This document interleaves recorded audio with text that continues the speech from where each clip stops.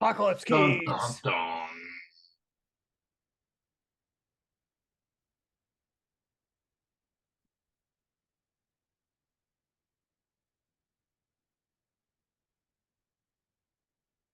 Greetings.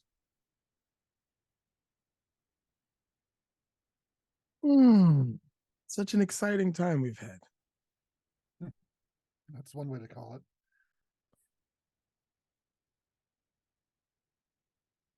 What disasters are we going to be involved in this time?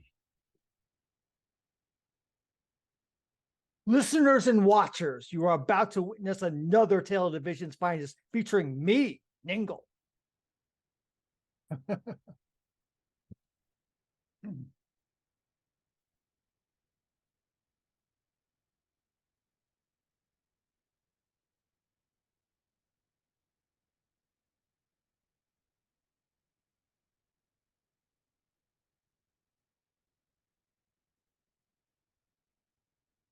At least she's getting home. At least she's getting home.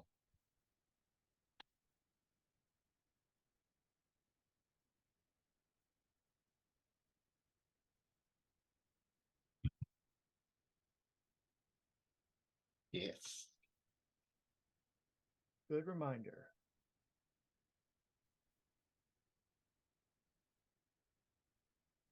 Mm.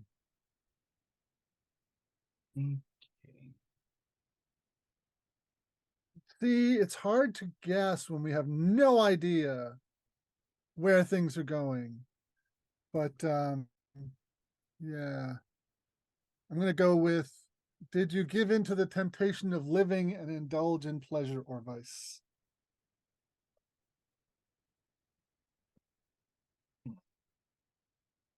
I'm going to go with, did you entangle another monster with your prophecy? And to remind listeners, my prophecy is basically to gather acolytes and storm heaven.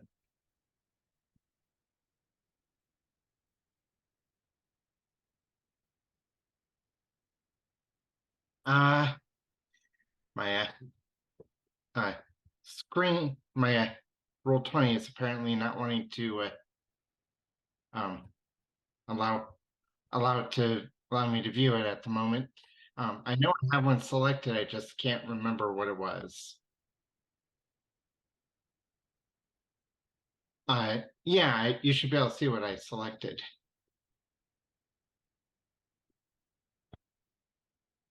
I think it's innocent target for my monstrous.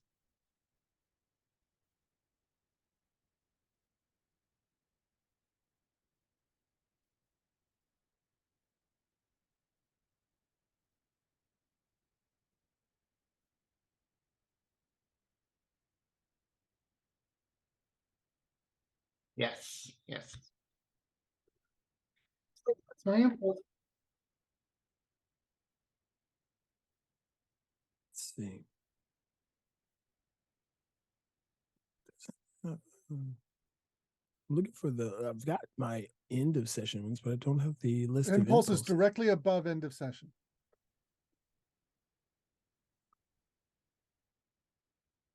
Let's see. Let's see. Yeah,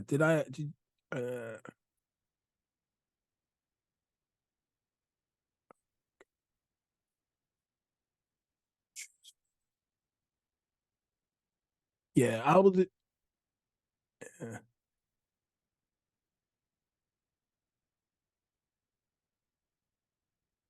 Yeah, it doesn't love me, it looks like. Oh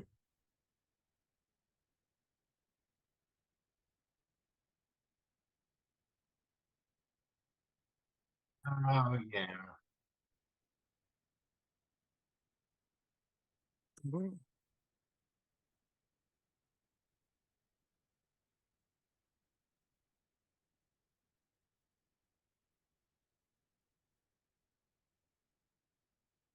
Oh, okay, got it.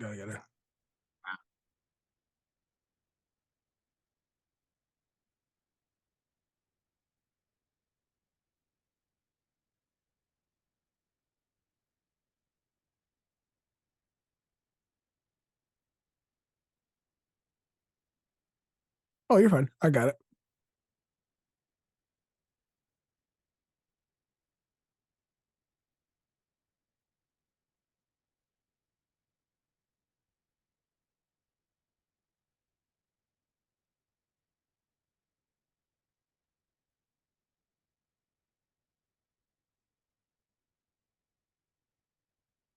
There we go. Found him. There we go. Now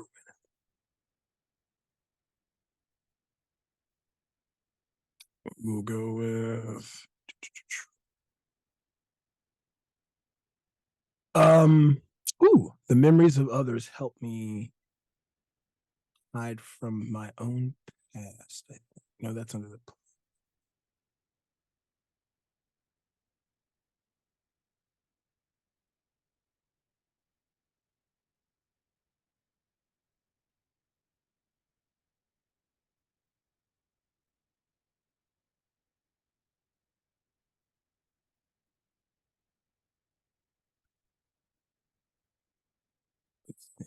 did you act in a way that contradicts what you know of your past self?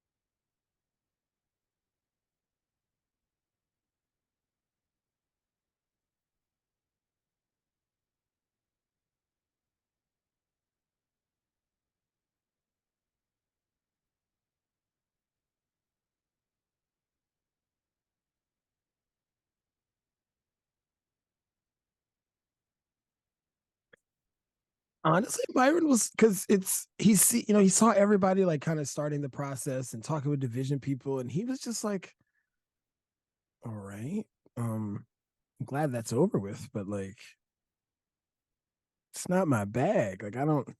And also his friend, the HR man, was savagely ended in this last encounter because of the parasitic library. So now he has like double. The only connection he really has is Pandorum, but still not feeling like just hanging around with a lot of these humans, and like there's so many different like emotions and memories he gets from them as he's around them. He's like so he's kind of hanging back. He went wandering for a while, a little bit, maybe like around the city, like trying to see like was there more reason to stay beyond Pandorum and the time he spent with the others.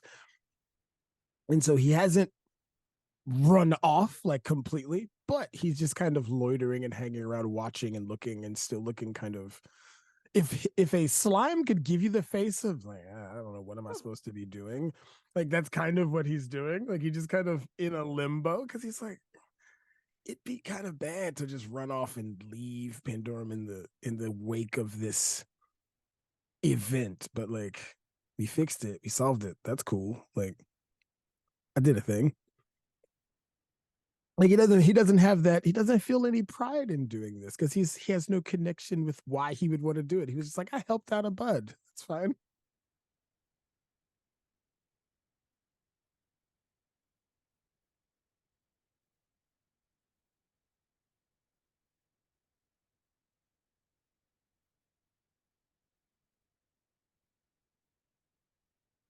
Yeah, he's not conscious. He's not going to consciously try to change it. It just he'll just let naturally what happens happen, so he doesn't have to worry necessarily about purposefully trying to disguise himself from people. He just lets what they see.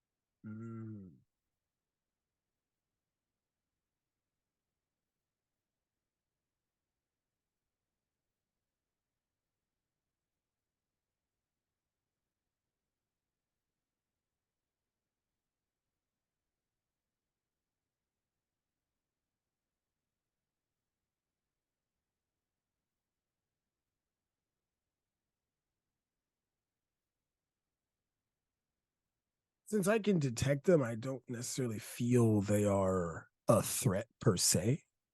Because So you're not trying to block them.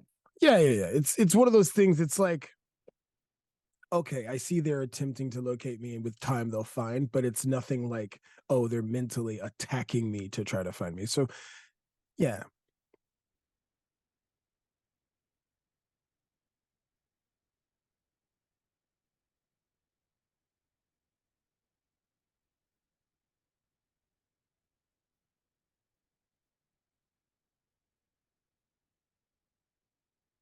Yeah, so I won't hamper them in trying to find me, but I'm not going to go back immediately. I'll continue to wander.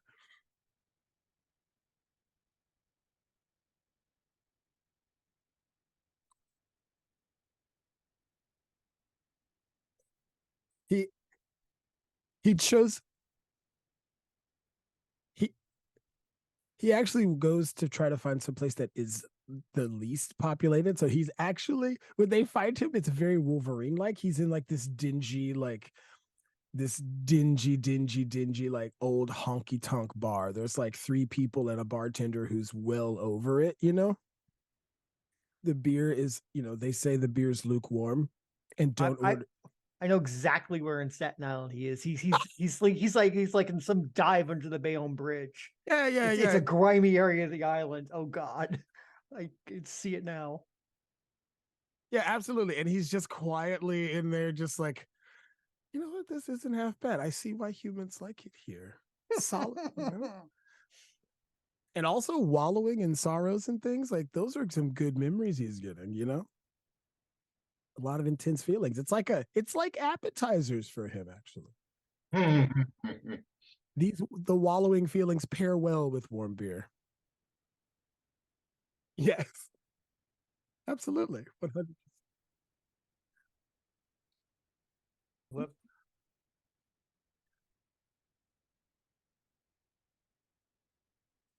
To be fair, I did help them save the city, so Division can get this one.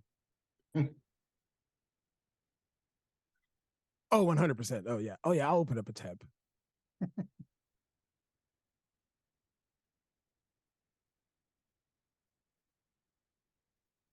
If they are,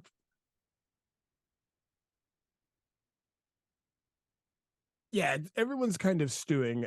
Although I'm pretty sure, depending on how well someone focuses on me because of my abilities, they might say something, or they would at least look slightly put off if that's especially if it's someone that's supposed to not be on this planet anymore.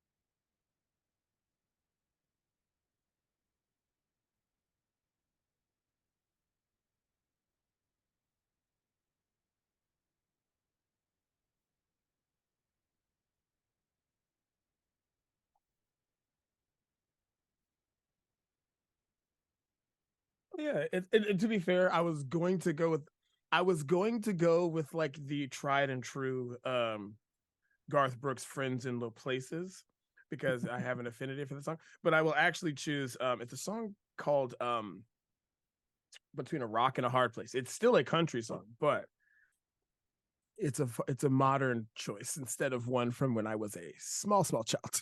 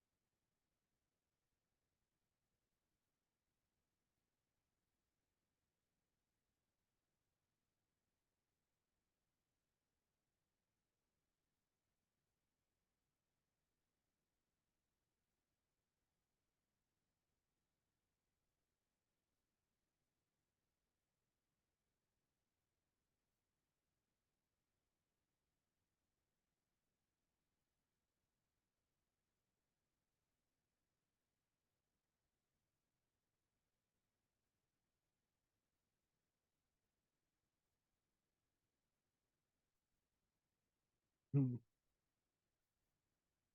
didn't take long.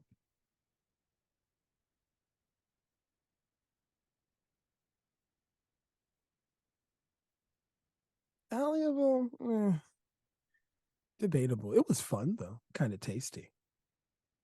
Drink.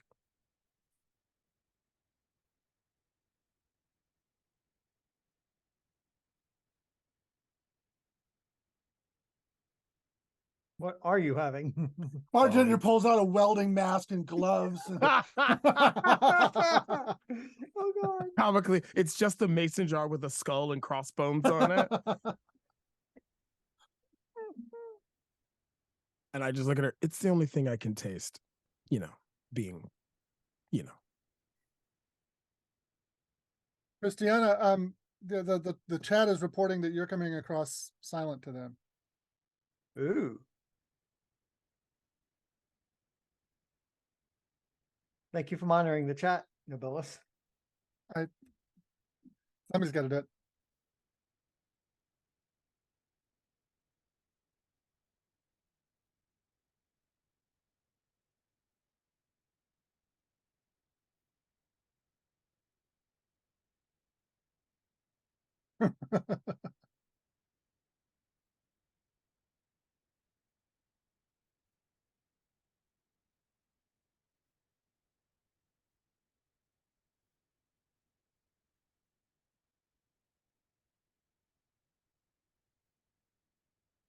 Okay, so to recap what's been happening,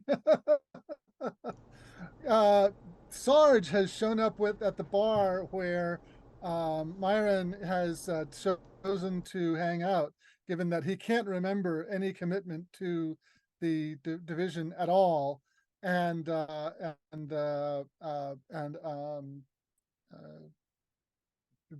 think of that's his and because of his ability to be perceived as someone people know and are right. open Right, to, so he picked the least populated, dirtiest bar that's still standing in Staten Island. Well, I should say within walking distance of the giant crater we made.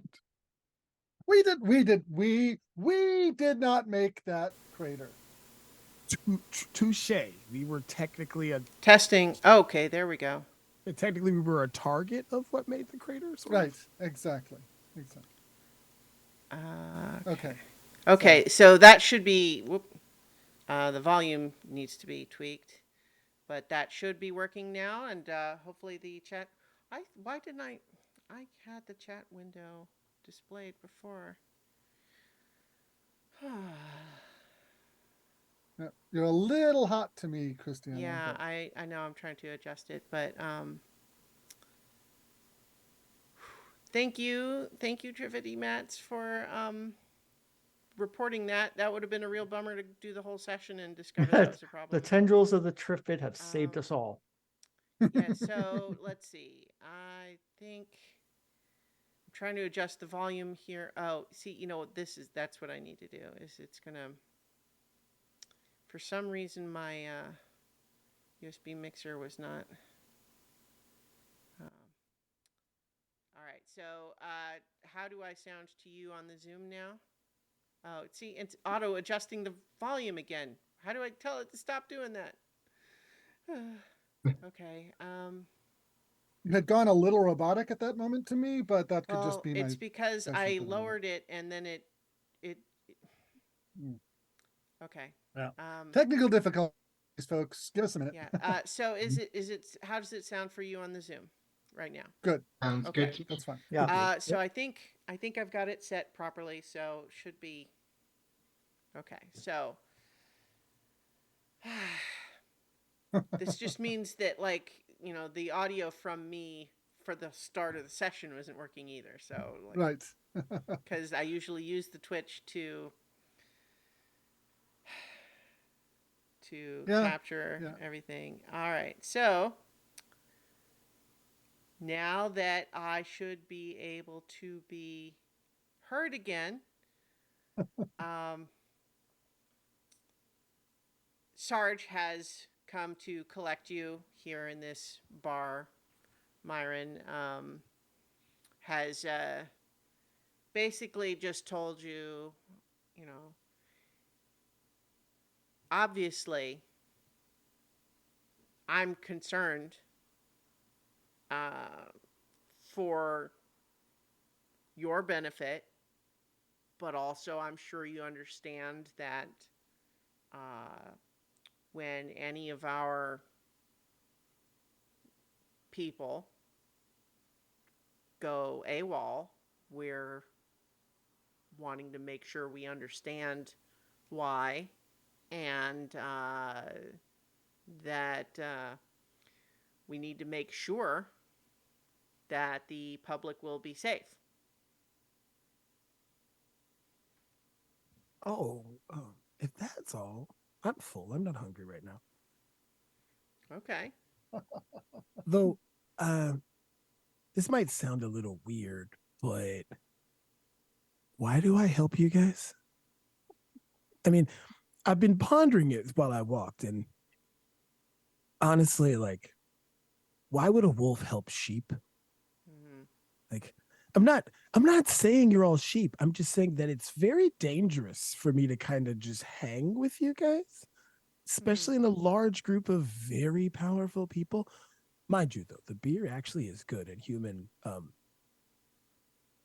these humans in here have a delightful psychic energy. But I I've been trying to remember why I even ended up in the parasitic library to begin with. Mm-hmm.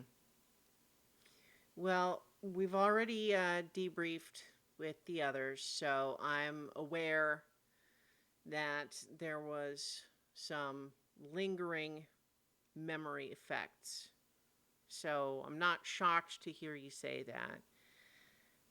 I'm not going to be able to recreate in this moment the thought processes you originally went through. But there are a couple of things that I think we can offer, uh, namely, um, we cover a lot of things that if you were to have to try to manage those on your own, you might find complicated. I think we give you a place where you have resources made available to you. I think we have people who, to the extent that anyone can, understand a little bit about what life is for you. And there's also the other part, which is that the humans often react to the unusual with hostility and fear. Oh, And don't I know it? sometimes that is warranted, and sometimes it's not.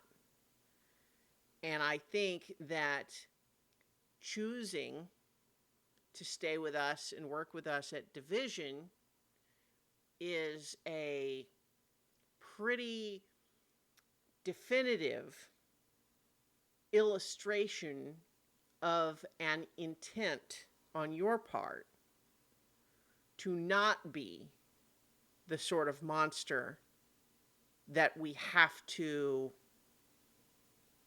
worry about. Myron chuckles and he's like, you know, from what I can, he's like, honestly and truly, Sarge, your ability to threaten and reassure at the same time is delightful. And Well, I have been working this job for a while. yeah, look, kind of looks at the eye patch. Yeah, kind of got the hint. So he's like, I'll come back. That's fine. He's like, I'm bored anyway, although this place is very enjoyable. I do have one question, Sarge. Mm-hmm. What do I look like to you? That's a fun question. So, are you making an effort to reflect any particular kind of vibe, or is it just kind of passive and it could be anyone that she might recognize? I would absolutely not be trying to change it because I assume the eye has a way for her to detect our type of monsters, but I feel like the other eye is like, that's him, because it's like that person shouldn't be here right now. Well, right, yeah. So I think, without getting too much into it, once she walks into the room, she knows it's you because it's someone who otherwise wouldn't be there. Yeah. Right. Um, but so if you're not influencing it though, I think she just says, well, it's someone who's already had his last drink. And Myron chuckles and says, that's so apropos, especially seeing as I've learned of new skills and abilities during this last conflict that have limited my time here in this place. So I've only got so much time left. So I might as well do something, right? And I'm assuming if this person is someone you speak of in that way and you can see them, they were at least important enough to garner a space in your memory. So let's see if I can live up to that memory, at least for a little while.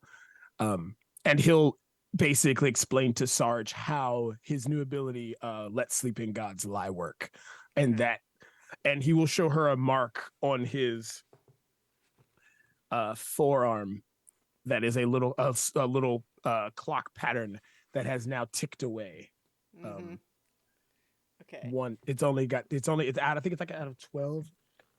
Yeah. So I'm just refreshing my own memory. Okay. Let's see. Let sleeping gods lie is a ability Right. that where as I use it, it ticks, yeah. and then I will eventually Okay. I will just become that thing. All right. So I think she kind of takes all that in and just doesn't talk for a second. Um, I think she orders a beer and takes a swallow from it and then just says, "Is that something you want to talk about?" He's like, I mean, you maybe not. told me about it. You didn't keep it a secret. He's like, well, I've lived a very long life, although I've never thought of it coming to an end within this lifetime or the next. So it's a bit jarring. Makes me feel, well, slightly mortal. It's an uncomfortable feeling. Yeah. Yeah. He looks at her and he just goes, because I'll be real, you guys are fragile. You guys, I mean, I've seen you fall over from fright, literally, snuffed out by being afraid. And honestly, I think this feeling I'm having is something akin to that. And I don't want it to kill me, if that is the way it works for you all being mortal. Mm-hmm. I think it's akin to, they say, a heart attack. And I've got a lot of those, and I don't want any of them to be attacked. Do you want to do the reveal your heart move? Yes. All right. So you have opened up and done reveal your heart. So the basic move there is you're gonna choose. Let's see. And it looks like you got a 6, which is going to be a miss, which basically just means unless you had 2 bond to spend, it's going to be a miss, which would be something interrupts or undermines the moment.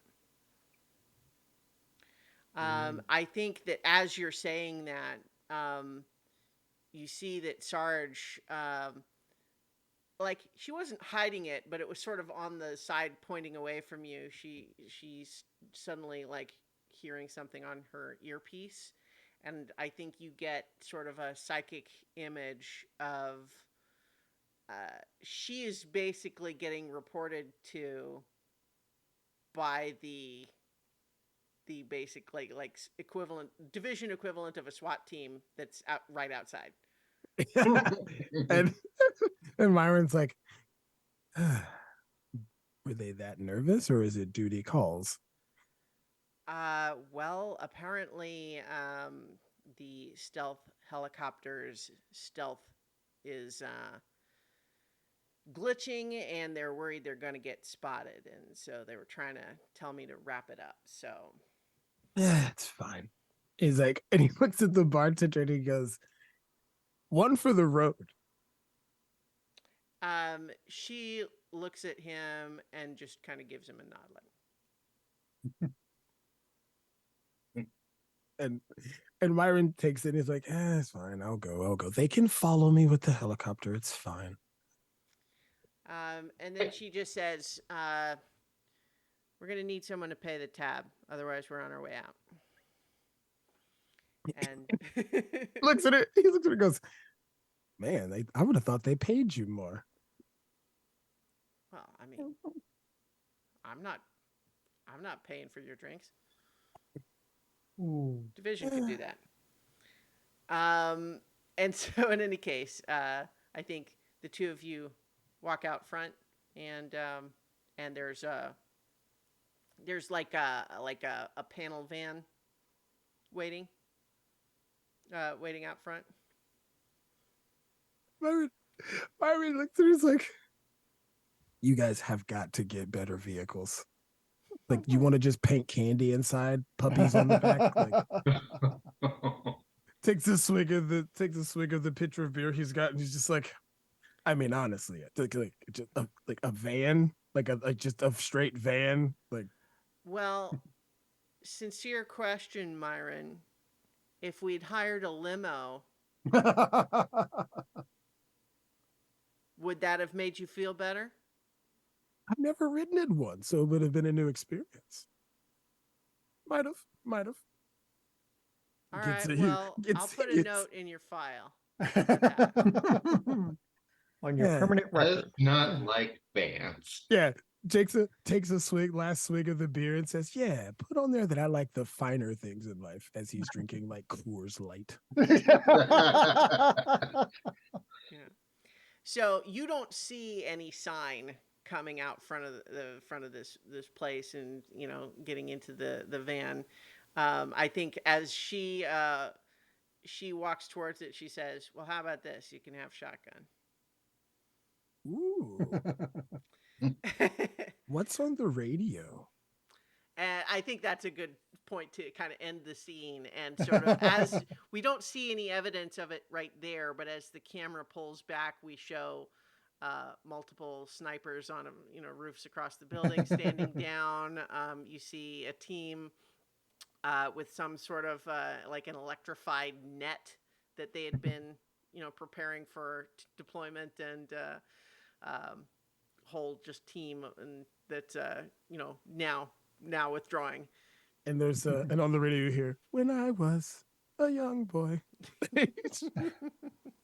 I'd go into the city." Yeah. Because So- irony. That's hey, like to Pandora's suggestion. So when you manage to make it back to division, I think everyone, a little time passes. It's not just immediate, but before too long, you are all called in for a new briefing. And, so the four of you are brought into a briefing room, and I think the four of you, it's just the four of you waiting for a bit first. Myron, you're back. Yeah. The Sarge is persuasive. Yeah. Quite.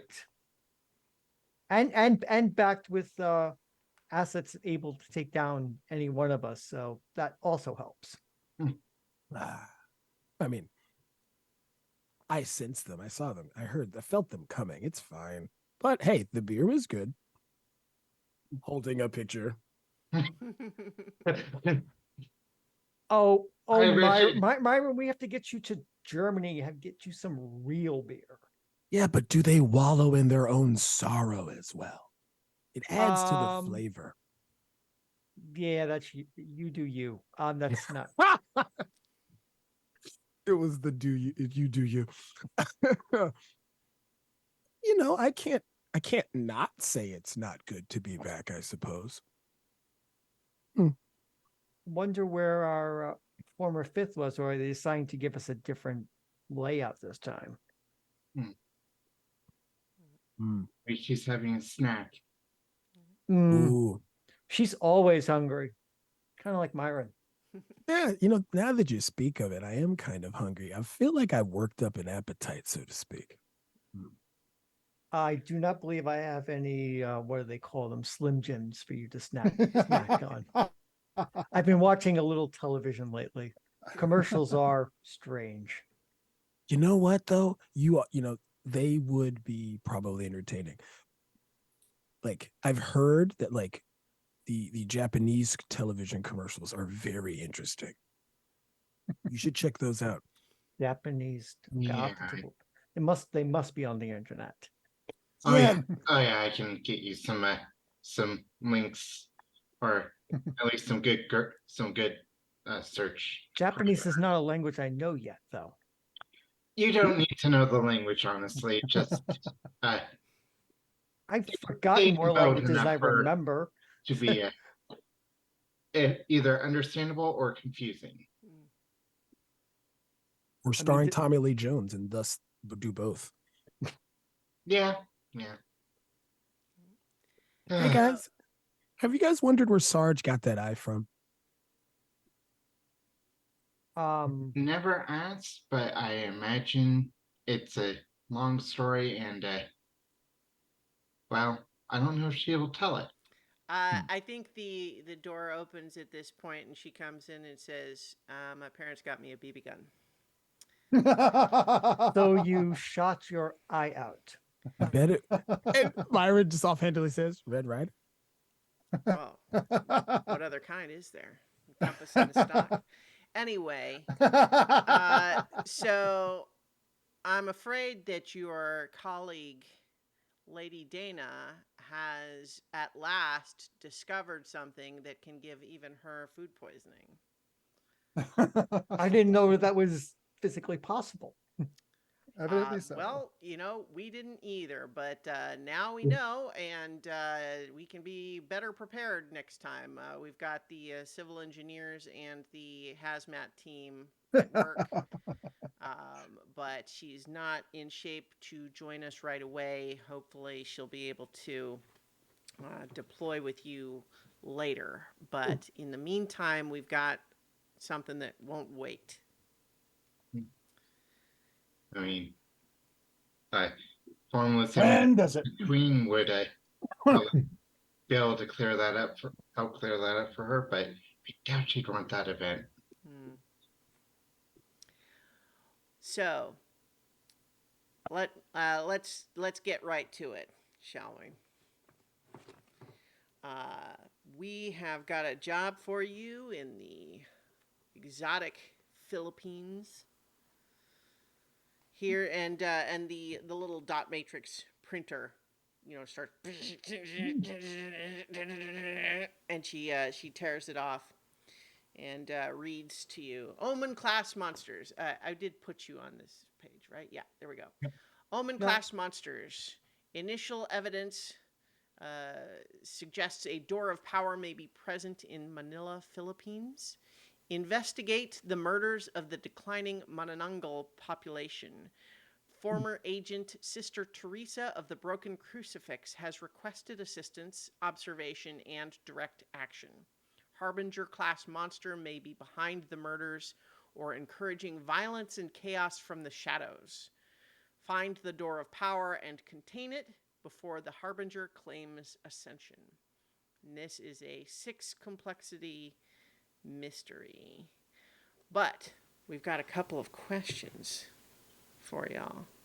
So, where did I put it? Sorry, I have to get to the right thing. So, as you are, getting this initial briefing, Sister Teresa was once a human division agent, but she left the agency claiming to have found God. So here's a question. This is a meta question. Each of these mysteries does have these establishing questions. And so I could either choose someone to ask certain questions to kind of tie you into things, or I could ask the question broadly and let one of you sort of volunteer to be. How would you prefer? I like the idea of you picking people based on Okay. kind of sticking a pin in us. All right. Yeah. So I think then that Pandorum, Sister Teresa was once a human division agent, but she left the agency claiming to have found God. You know that this isn't true. Why did she really come back to the Philippines? And why are the two of you still close?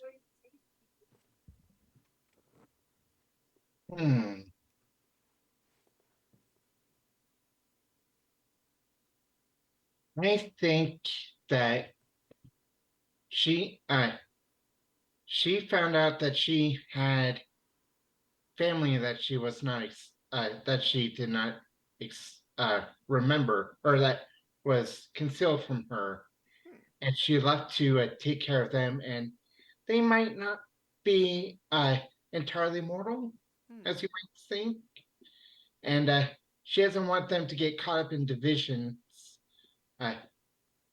issues. So she's going to keep them under control, but not let division get entangled with them. Okay. Gorham knows because he found some letters and like that were misplaced, and he read them just to see who they're for, and it's like, oh, and handed them to her, and did not report the. Well, so why are you still close? I mean, the fact that Pandora was like, you know what, I'm going to, this is your business. You know how to handle this. So, I'm going to let you do your thing, and we can keep this, hush hush. Okay. All right. So, you know what so I think one of these others, will be a question to ask a little bit later, because it requires a little bit of seeing the setup, like the beginning of the mystery first. Okay. But it's going to be for Ningal, related to you having been to this place before. Okay. All right. So you have this initial briefing here in the, and I've got the mystery map showing on screen here. Sarge is there and says, we've got a cargo plane ready to deploy you, and we're going to be taking you to an out-of-the-way airport, and then we've got a helicopter that's going to land you on top of the apartments where you're going to meet your contact. Contact is, as mentioned in the briefing here, Sister Teresa. Any questions? Oh, it's gonna be nice to see her again. Manila. Can we get some balat? I haven't had it. I heard it's a delicacy. Suppose we can, if we depends on where we wind up in Manila. We'll see. I like street food.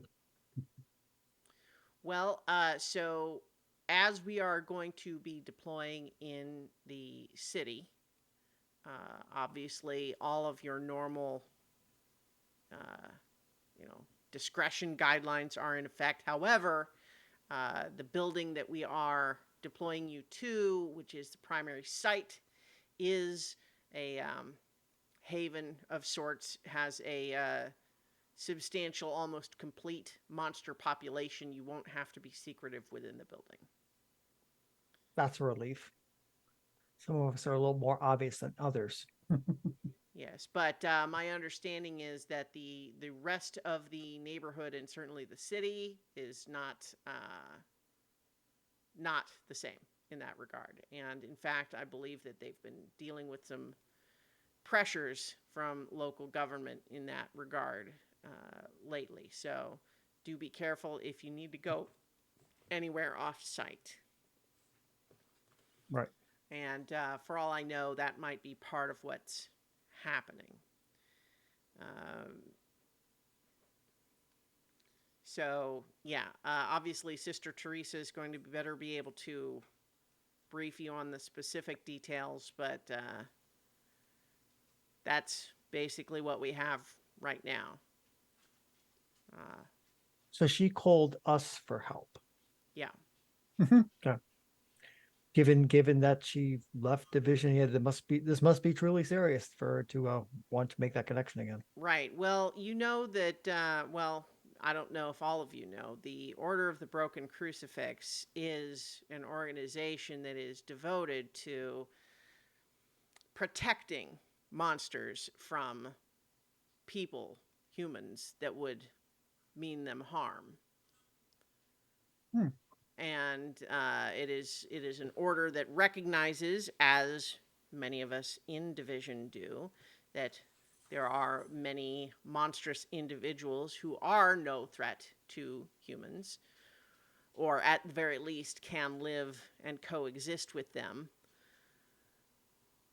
But they do differ from division in a number of respects, of course, and we were sorry to lose Teresa as an agent, but clearly she recognizes that we still have, we can bring resources to bear that they don't have access to, and so here we are. That said, this is the first time that she has seen fit to call us in, so I'm guessing that it's something that the Broken Crucifix has found themselves in over their heads with. Wow. That's why we bring in heavy guns now. Yes, no. I'll be happy to see what we can do for her. All right, then. So, if you'll follow me to the secret underground airstrip.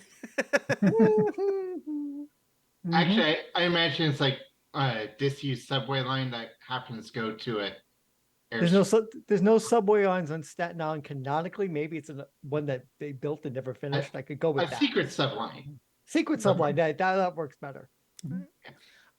Sure. So I was imagining. So in any event, you can all decide how you get transported to this generic-looking cargo plane that you're going to be. Okay. When we get to the generic looking cargo plane, Mm-hmm. the whole way there, John has been fiddling with his tablet, and sitting on the tarmac next to the generic looking cargo plane is an perfectly all black, sleek luxury jet. All right. Are you going in separate accommodations, Mr. Deere? Anyone who wants to come with me as well. I'm not quite sure I fit. You'll fit just fine, trust me. Myron looks over at Sarge. And you picked me up in a van. Well, John's accommodations are not nearly as subtle as anything that you would, anything that Trust would me. be used. Trust me, we won't be picked up. Oh, Shadows are I going to lie imagine, for but us. Mm-hmm. a similar colored vehicle on the road, that'd be pretty obvious. You've never seen a black car? Well, but we're not really talking about a car, are we? We're talking about No. a plane that needs to file a flight plan and Mhm. travel over That's international airspace and land in a public airport. Possibly get refueled. oh, don't worry Uh, about fuel. That's not a problem either. John, I don't know who you actually work for. Like, Beth, You don't? looks. I mean, Beth, I feel like calling her Death is like maybe she has a name, or like Miss Death, Lady Death.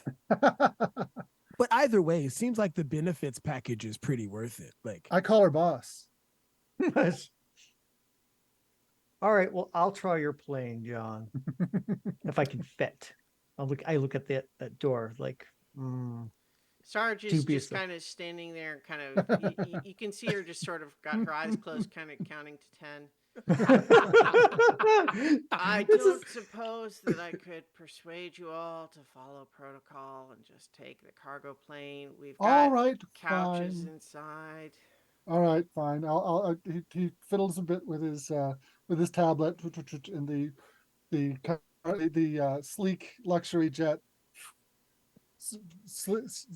goes 2-dimensional and then disappears. always the straight and narrow with you, Sarge. We'll have Oh. to discuss this later. And as he says this, he literally stretches his slime-like head off of his shoulders onto like a stalk backwards, looking at her.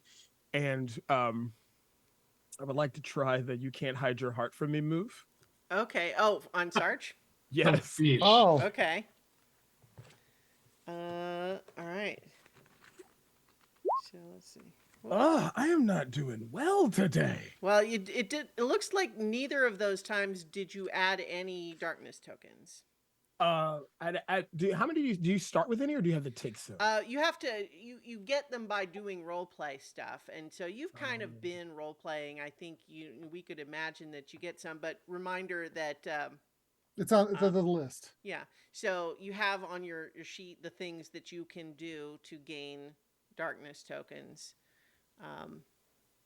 So for your playbook, let's see. You can when you feel frustrated or scared, react with uncertainty or cowardice. Ask someone to listen to my wisdom. Ask someone to open their emotions to me. Oh, that's exactly what I'm trying to do. Yeah. Using now that I know that who she sees is someone who's had their last drink, so to speak. Mm-hmm. Definitely asking them to open up to me. Okay.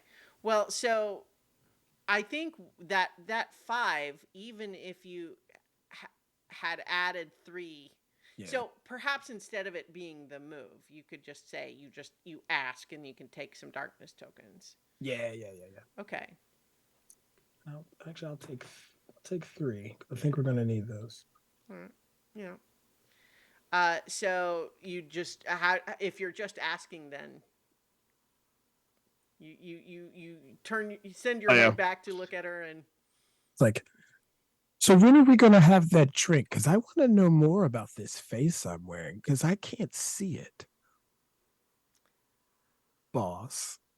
well, gosh, I would love to have that drink right now, but she looks at her watchless wrist, and says, "Gee, what a shame that you're all being deployed right now on an important mission where lives are at stake. Maybe later, huh?" Fine. Business first, as per usual, but I'll remember. All right. Well, I'll remember too. That's all we really want, isn't it? To be remembered. And he kind of like slithers back towards the cargo plane. you all right there, Pandora? Pandora will look between Myron and Sarge and be like, I'm going to be asking some questions on this flight. And react with our confusion and take darkness. All right. To darkness.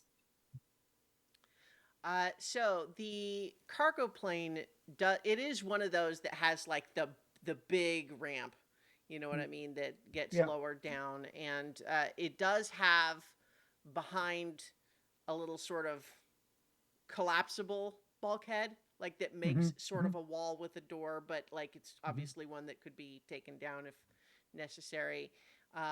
They have set up a little room in there that has a couple of couches and a mini fridge, and a little coffee table that have all like been bolted down. Seatbelts built into the uh, couch, I presume, Yeah, probably. or at least some basic straps. Yeah.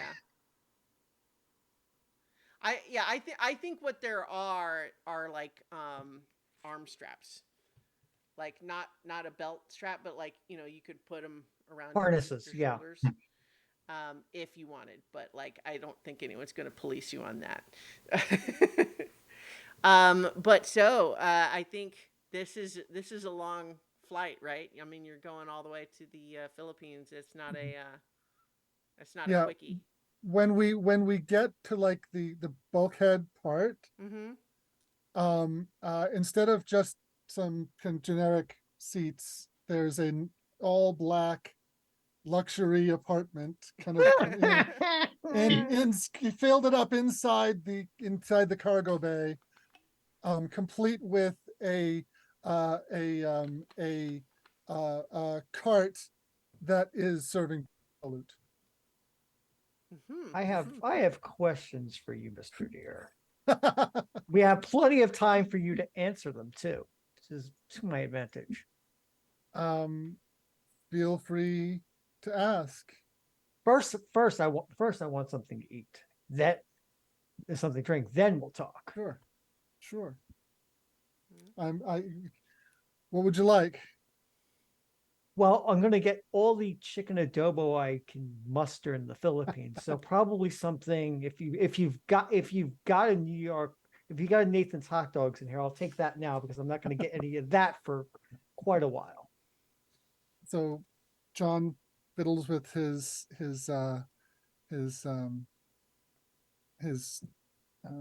tablet for a moment, and a hot dog machine, one of those ones with the hot rollers, Yeah. appears in the corner. Don't forget the bun toaster.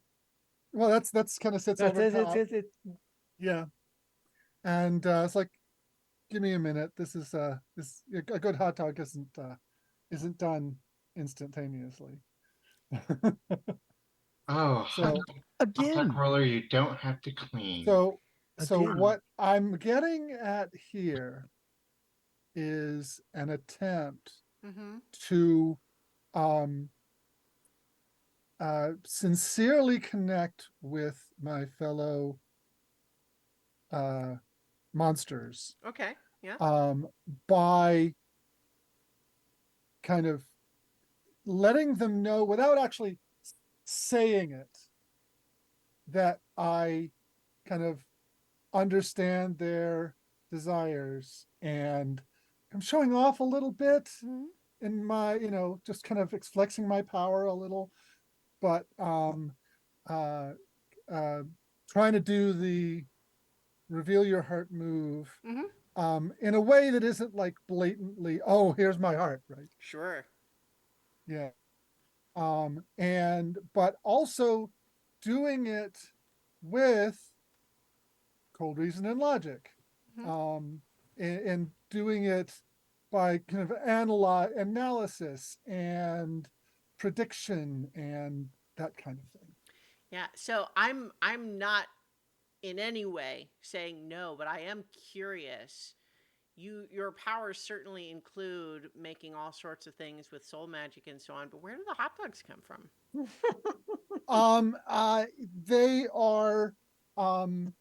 They are kind of whisked away from some other place that he's drawn up, connection to That's Poor internet. Pathmark in Staten know. Island is missing its hot dogs. Yeah, yeah. Or it's like, or better And- yet, it's well, like a guy. see, at the same time, their account is being credited with $15 a piece, so it's all clear. It's all good. It's Yeah. like I was hoping that like some guy was like sitting down to finally have a hot dog for his lunch and he bites into it and it's just bread because it's gone. And you That's just and you just see Nicholas There's just probably like, some of that going on, but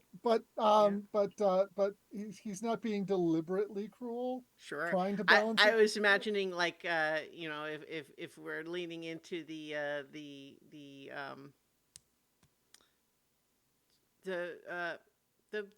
comic book, the Sandman. If we're leaning into the Sandman of it all, perhaps we've got a talking raven who gets Yes. a message. It's like, wait, I'm tasked to what? What does he need hot dogs for? Ravens are experts at Yeah. getting hot dogs. Yeah. Trust me. Well, but yeah, I know it's like I'm not saying I can't do it. I'm just like usually when I do it, it's for me. cut to the same. By the way, cut to the same guy who just bit into an empty hot dog bun, going into bite into the second one, getting it taken by a raven. Oh, Yeah. He's just like, you know what? It's not meant for me today. Like he just. I gotta go get a burrito. Aw. Yeah. All right. So you're doing the reveal your heart move. Yes, yeah. Okay. Well, first with Myron because of the balut. Sure. And I'm going to spend 2 of the darkness tokens that I just claimed for myself. Build in some of those bond points. It'll help you later. I got 0. That's why I'm Oh working no! so I mean, hard at this. I'm just supporting your attempt Oh. to engage. With the mechanics Disastrous of the game. success. Yeah. So with an 11 plus, you have a moment of closeness, but also weakness. Ask each other, how do I scare you at this moment? And after you both answer, you each choose one of those items. Yeah. So how do I scare you at this moment, Myron? And Myron doesn't even turn around to look at you. It's just that the thing that is his head shifts and his face becomes the back of his head. And he's like, you work for the woman calling upon me. That's what scares me. Although again, she seems to know how to deck out the place. Like thinking, like looking at the hot dog machine, like looking at the couches. Like, yeah, seems like there's some benefits to it. Although I never would have thought I would be looking at my own mortality. You scare me because you seem on a one-way trip to ruin and gleeful about it. So that's what scares me about you. Well, you know. And so I am fearful of you with metaphor. Okay. So what that means, Jason, is that that means you now have 4 darkness tokens. Ooh. And then you, let's see. And then now you, Jason, also choose to either do that same thing for Jean Deere to say, rank how scared you are, and that becomes how many darkness tokens they have, or you can gain a bond point with what the darkness demands of you. Oh wait, that was an option. Yeah, you could choose either of Oh those. yeah, I forgot about that. Yeah. Yeah, I actually want to do that. Okay, so never mind about the darkness tokens, Right. Jason. But you can dictate either of those Oh. things. Although probably the bond is going to be more useful at the moment. Yeah. Oh yeah, I wanna have a bond with what the darkness wants of me, and I just kind of, I look at John and say, one of these days, before my time runs out, or before I become this eldritch horror of a clashing memories, I wouldn't mind talking to your boss, see if she knows what's up. Well, she doesn't usually take appointments, but next time I've next time I'm talking to her, I'll pass on the message. Oh, I'm sure at some point, if I make enough ruckus, she'll come and see me. Everybody does eventually. Indeed. Sometimes multiple. But So you got any balut in there? Balat in there? Yeah. that's exactly what I described. Nice. Yeah, a moment ago. It's right over And here. by the way, now the plane smells like dog crap. It's Oh. terrible. Got good ventilation. Okay, now I'm going to roll for Ningle. Okay. And that's a 9. That's a Nine, perfect hit. There we go. So that means, your heart reaches theirs. You can choose, you gain one bond with them, you clear one condition, although you wouldn't have any conditions Don't right have now. any yet. And you could mark XP, or you could clear a mark of ruin. And I I'm going get to take a do bond. the same. Yeah. Okay. Mhm. And then likewise, if you are willing to let that connection reach you, Ningle, you do the same. I am, because I did want to talk with Mhm. John, and this is a perfect opportunity to do so. Yeah. So over at Hot Dogs, I'm going to start to ask John, well, you have this prodigious lent power to create things. Mhm. That seems at odds with your job? Yeah, I mean, how do you reconcile that with basically gathering the souls of the deceased or ready to be deceased? It doesn't Well, it I doesn't mean, seem like that these spheres have any connection. You're talking about the job of a ordinary second or third class reaper. You're talking about, the guys who, head down to the local Y and there's Joe Schmiegel. He just drowned. His needs to be, psychopumped onto his reward. Yeah, Okay. that's not my department. So what is your department? My department is special collections. Like the alchemist who's decided that he's got the elixir of immortality and no longer needs to listen to my boss. Or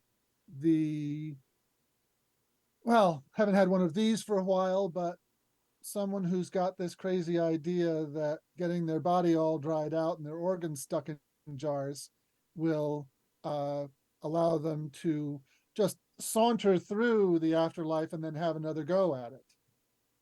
Licks, mummies, those sorts of things. Those sorts of things. You guys hear So- through a slurp. Myron says, or people like us. We're special. Why do you think I get detailed over here so often? Yeah, there's special cases that come up. It doesn't happen too terribly often, but yeah, I get the special tools for the difficult cases. I mean, I wouldn't imagine summoning hot dogs be a special tool, but I think Well, that's a failure of my imagination. I'm given a great deal of discretion as to how my tools get used, and the perks are part of the job. I mean, if a third class reaper gets a A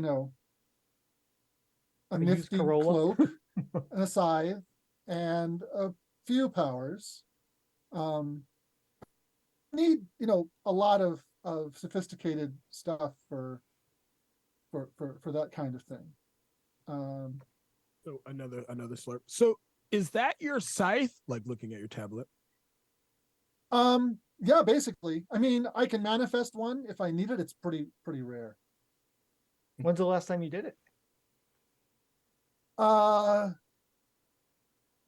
Dragon Con 2019, costume contest, decided to enter.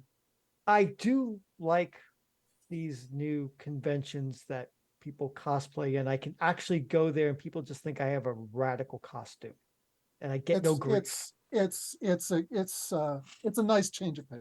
It is a nice change of pace. Now you have to hide. They don't know quite what I am, and I've had to make stuff up and then get called on it. Like, that wasn't in that anime. Yeah. But it lets me be myself a bit. I've never had an opportunity to go to a convention, so maybe that's something we can do You know, Pandorum, there's a giant one every year in New York City called New York Comic Con. We're taking you. hey, We're that gonna sounds do good. it. Oh yeah, and we'll definitely have to take Lady Dana because I'm sure there'll be tasty things there. Back at Division HQ, Sarge just gets a headache and doesn't know why. I was going to say, I would feel like Ningle would be the sort of person where if someone says, well, hey, what's that from? Would be like, oh, well, you probably wouldn't have heard of it. Yeah, I've got a girlfriend. She lives in Canada. Right. So for Pandora, um, what kind of amenity do you think John would have thought to include? Because I don't know Pandorum as well as John Deere does. I think, honestly, just being in a nice area is really nice. You know, being in comfort, because Okay. Pandora was expecting a cargo plane being like, oh, strapped to a canvas seat with, maybe. Okay. So there's a nice reclining seat with a massage built in and a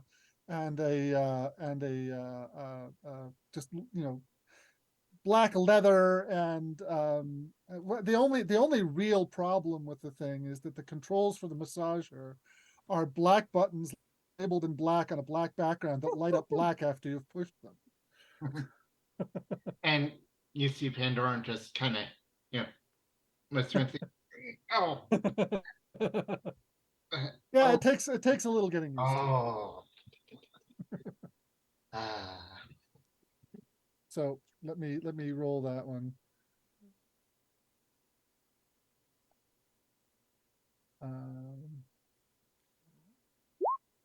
And that's a miss, unfortunately. Yeah, that's a miss, unfortunately. I think the buttons didn't quite I work. think that I think basically it's like what interrupts is like, you're looking to go for conversation and Pandora's just like kind of passed out with it shaking slightly. Yeah, it worked a little too well. Dorm's passed out and Mhm. like, oh, okay, well, all right. So I got all three results possible with the roll. All right. So, certainly, as mentioned, it's a long flight. So, if you had more that you kind of wanted to do, we could also sort of imagine a little montage of what sorts of things do each of you actually do to pass the time? Because we're talking about like 14 hours. Pandoran would like to, when he wakes up, have a conversation with Myron. Like, so Myron, what was that with Sarge about being, having a face? Doesn't she see you as as you are? Hmm. Honestly, I think Sarge is the type of person that has the ability to see what they would like to see for the moment they're in, but that doesn't hide the memories from those things if I look. But I chose not to look. I kind of want Sarge to tell me. I honestly, it kind of lets, by not remembering why I wanted to help Division, it kind of lets me know why you still kind of pop up in my existence, Pandora. I've never understood why you wanted or thought of me as a friend, but now when I've lost something that I kind of need to remember, I get it. And I would like to reveal my heart to Pandora. Okay. If you weren't going to do it, I was. Well, you can actually both do it. I mean, like you could both do the move in theory, especially given that we'll see how the first move goes. Because like if it's a hit, then you kind of both get the benefit either way. But we'll see, I guess. I'll use one darkness point because I've got a few to use. Okay. My gosh. Yeah, well, that's a 6. That's a miss, unfortunately. And then and then Pandorum gets a disastrous success. Huh. Wow, feast, famine, and feast. Yeah. So I think the miss mostly would just kind of perhaps there is an element of you're both kind of trying to have the conversation be about you, and so perhaps that reflects the interruption for you, Myron, is that Pandorum's kind of also got their own thing going on. But then that disastrous success, perhaps you're both feeling a little bit of that. Yeah. You're not connecting in that way. Yeah. But instead, how do you each scare each other? Either that or take a bond with Dr. Well, Marcus. Well, It's no, a- you still ask the question. Oh, okay. Ask each Okay. other, how do I scare you at this moment? After you answer, you choose one of the options. I think how Myron scares Pandorum is that, like, Pandorum doesn't really understand how easy Myron just lets go of memories. I mean, he understands, memories being buried, but just memories, just going away as if they never existed is honestly kind of terrifying, even though sometimes he feels like it would be a relief. So it's just, yeah. I think I'll gain a bond with what the darkness demands. Myron kind of shifts a little bit, almost like his little slime form at one point gets kind of slack and kind of almost like it slowly drools down into a puddle, and then he kind of re-solidifies, and he's like, sorry, was thinking. The fact that you are so connected to the things we've been in lately. Now we're going to see an old flame of yours, maybe? Aww. Not Flame. She's And a good friend. And then the last one, you had been there previously, and we had seen this. You're connected to a lot of things, and that's an interesting fulcrum to have. But that's what scares me, because I've known you for a long time, and I've not seen how these connections were made. So I wonder how many more things you will reveal to me in my time here at Division. That's the scary part, especially when time's limited. Yeah, that's something that I was surprised about with regards to the library. I didn't remember any of that. But, besides Division, what do you remember of your past? I mean, like, I wonder if maybe some of what you might have lost could be recovered by talking about what you do know. Myron kind of chuckles and he says, have you ever tried to pick up leaves scattered on the wind or grains of sand on the beach? That's what living this long and having so many memories is like. I can't remember which ones are mine, which ones are yours, which ones are John's or Ningle's or Lady Dana's or Sarge's for that matter, or any person I see on the street. Like even now, I'm remembering the sorrow or the problems that people were having in that bar I was in earlier. They're as unique as there are stars in the sky, and at this point, I don't know which stars are mine. So when you say that letting go of them frightens you, what really should frighten you is what would make me want to hold on to them. I mean, I, yeah, when I'm really deep asleep, I basically constantly see memories of my past lives. So I understand about knowing things from other from knowing things that are uh, not in my current life, and that is honestly that's why you don't scare me even more than you do.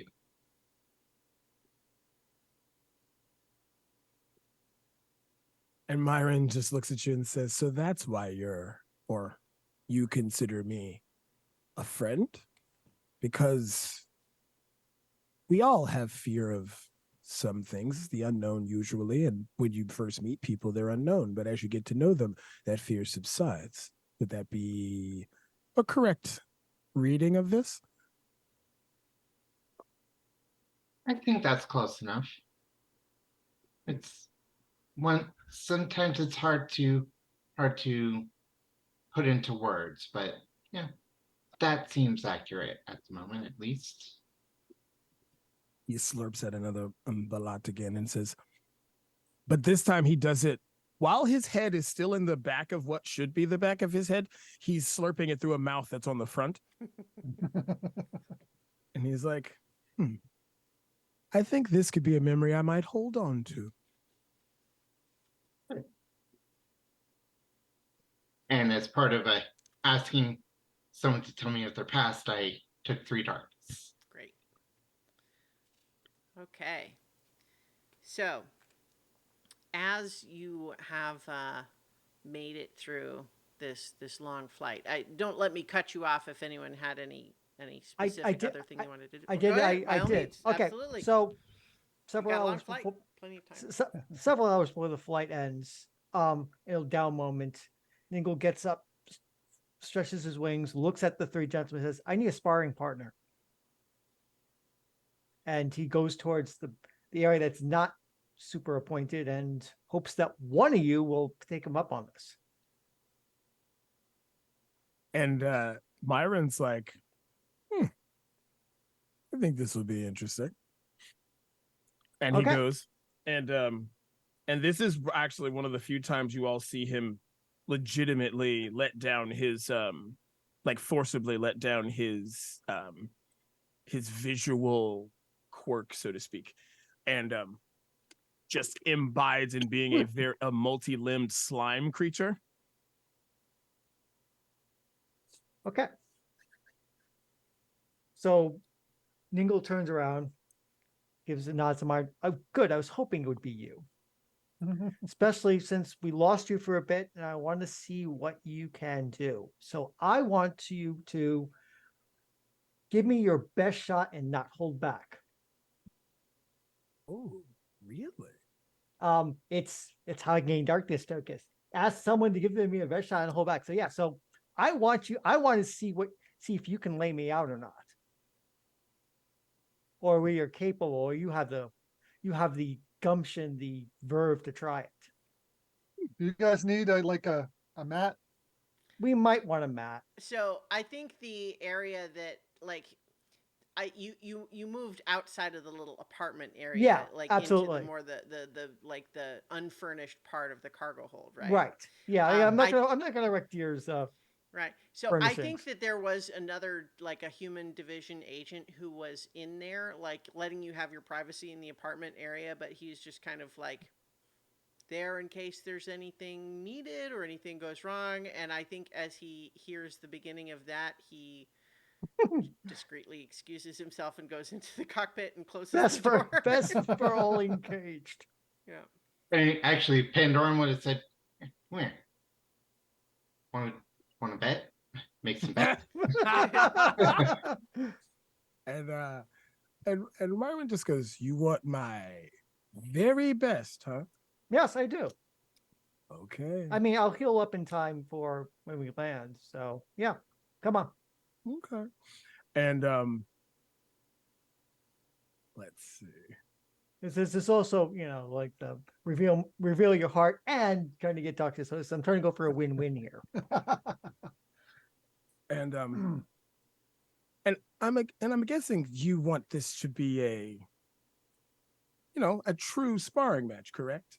Yeah, I mean, I'm going to give you the first shot, but that's if I'm not on the mat, yeah, I will return the favor. Kind of Green Knight style, you know that legend, Mm, Green Knight and Gawain. okay. You should read that sometime. It's a really interesting story, and I always wondered if Green Knight was actually you. Who knows? I've lived a lot of lives, or at least Well, I yeah, I mean, but think someone I who can cut have. off their head and just walk around sounds a lot like you, And or maybe just a different Omen class monster.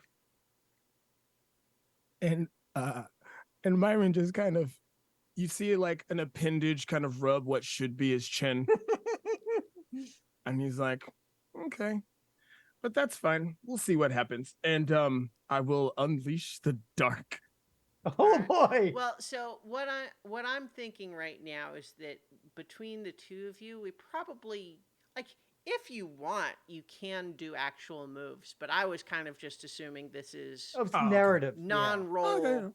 using your powers, which is like, I would say we would use a move if we felt like if the outcome was like in doubt. You know what Oh, I okay. mean?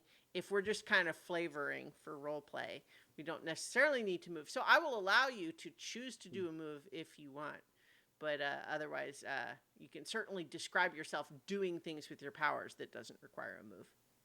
Yeah, I wasn't gonna. I was trying to see a descriptor that wasn't necessarily a move, which is probably unleash the dark, because I remember that I have telekinetic powers and Oh blasts. yeah, So, yeah. um, so Ningo, you feel that, like, because you've got wings, correct? you. Okay, look at the image. Oh, Yeah. can see the image. See the Mhm. image. Yes, I have wings. And and Myron just goes, "Can you try to flap them for me?" And I get into this whole like angel sort of beat. yeah, and they start to slowly slow down as I start to grab them psychically, and I'm like, I'm not physically strong, but I'm pretty good up here. As you start floating without the use of your wings, and he uses his telekinetic blast to literally ram you into the floor. I think Blink, the whole fuselage shudders. Yeah, I think everything except from that. I mean, too much harder, and you would burst something. I'll take 3 darkness tokens for getting slammed to the ground like that. Yeah. Like, if you guys want to do actual rolls against each other, I'm not going to stop you. No. I was just offering that that's not necessary. No, the only Well, one yeah. I'm going to do is reveal my heart at the end of this. Mhm. But yeah, no. So all right. So then when I finally get off of this, I come slithering up, and I'm not going to pull out a weapon because I've got enough strength to just basically try to take you, and you're slime, and so you're kind of amorphous, but even something amorphous can be squeezed and concentrated, so you're going to get a little bit of a concentration. It's just you can feel the strength going like this, forcing your body into involuntarily into a smaller area before I let go, and this is like let you splatter back. I've never felt that before. Well, not before I chose to do so. That's interesting. How strong are you really? Well, the biggest thing I've tackled was I guess you would call it an iron golem, and I lifted it off the ground. So I don't think that was the limit of my strength. I don't think I can throw a moon around, but if you need something really strong lifted, I can do it. I'll remember that. We just didn't have any reason needed to use it in that library, which kind of frustrated me. I had nothing to really lever against. And he's like, well, you did, you did at the end, though I feel like you would have much preferred to cleave them in half at some point, probably. Yes. But my weapons of light and sound are a different power. But So, yes. question. Mm-hmm. What would happen to you if I mean, not me per se, but if mortals started to worship you? Well, there is a prophecy, Myron. There's a prophecy that followers are going to gather around me, mortals, monsters, and whatnot, and that will be the kickstart for my dark and dread and glorious destiny, which you kind of saw the brief shadow of last mission. And off we go to storm heaven and claim and reclaim divinity. So, do you think the prayers and the worship of them would increase your powers? Absolutely. Duly noted. Okay, let's try reveal one heart and see how Sure. that goes. That is a miss. Yeah. So, Well. Oh, yep. There. Sure enough. And So did you mean to not add darkness? yeah, I didn't tokens? mean to. Yeah, I meant to hold those darkness Okay, tokens yeah. for So other yeah, things. that's a miss. So I think what happens is just as the conversation is starting to get deep, after the shuddering of the fuselage a little bit earlier, you all hear bing and a little light that says, "Please return to your seats." Oh God. Just Hi. a little passive aggressive communication from the pilot. Did the division agents stay in and take bets? Oh no, I'm sorry. I heard you say that, but I had already said he went into the cockpit. Oh, Oh, Yeah. yeah. Sorry. No, Okay. I absolutely would have set a bet with you, but it's like, what are we going to bet? I mean, I 20 guess. bucks seems so mundane. I mean, just it's the act of passing it around as part of the bet. It's less that I All right, Bragging Alright. rights. sure. and I think over that, like, probably like we pass like kind of the same $20 back and forth a couple times. Sure. All right. Putting So cups at who did you commissary. bet on? Who did you bet on? So the question is, which of you two, which Which of us which do you of think these we two won? did you bet on? Yeah, and who do you Who won think the bet? won? Well, I think one of the bets is definitely like, yep. Ningo brought up his divinity. So the bet's not even on like who would win in a fight. It's like, what are they gonna say when they talk about it? Or like, well, like Social bets. just basically did like, yeah, Ningo's gonna bring up his divinity, and I think Myron is actually gonna land a hit. Well, I mean, I'm not going to give you odds on that. That's obvious. Ningle asked him to do it. Yeah. Wow. Yeah, I if mean, I was trying to dodge, effectively, there, that'd really be more effectively land a hit is what I'm referring. I mean, but, yeah. All right. Well, whatever. That's right. Mm. When the question about like how strong are you, it made me think of Gandalf's line of like, there are many powers in this world for good and for evil. Some are greater than I am, and against some I have not yet been tested. Anyway, so before I move us along, any other little conversations or scenes we want to do? That's everything I planned Alright. on. Yeah. I'm okay. Well, I think towards the end of the flight, there does start to be a fair bit more turbulence.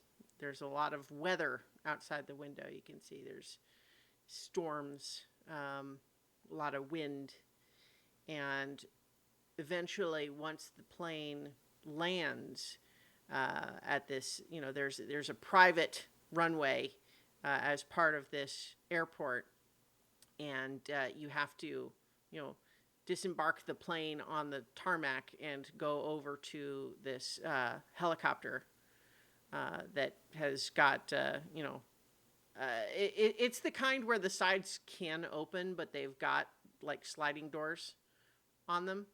But it's, as you are having to walk from the plane to the helicopter, it is actually raining pretty heavily. It is not, the sun is not quite down yet, but it's getting there. But it's dark regardless because it's raining so hard and it's blustery wind. And the pilot says, well, not doing this is not an option, but I can't guarantee you a smooth ride, so hold on. Oh yeah. Okay. This will be fun.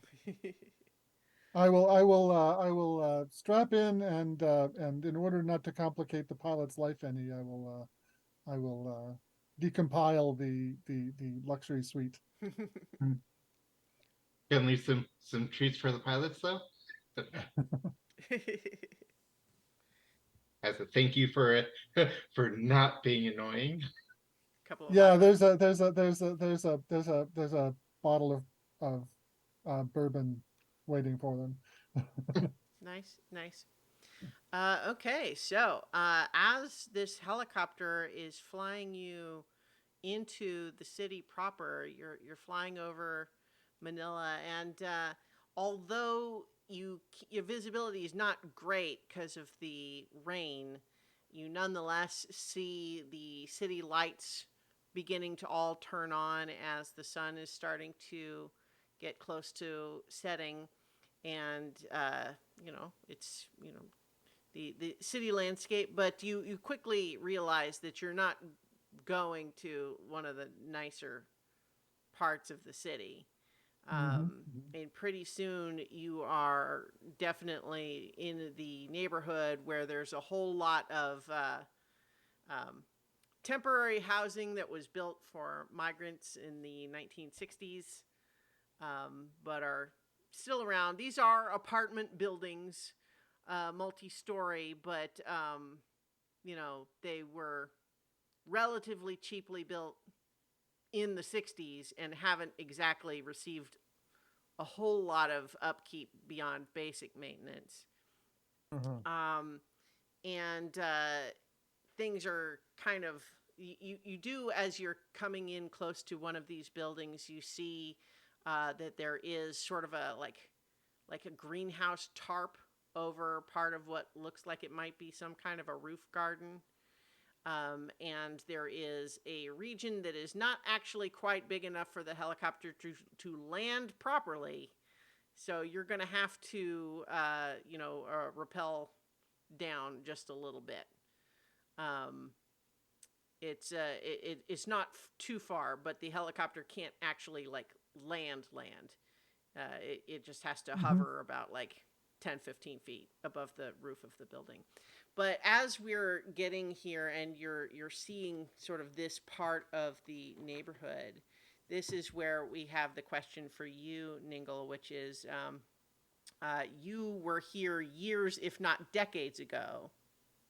How have things changed for the worse in recent years? And which of the Manananggal is waiting for you, eager for a reunion?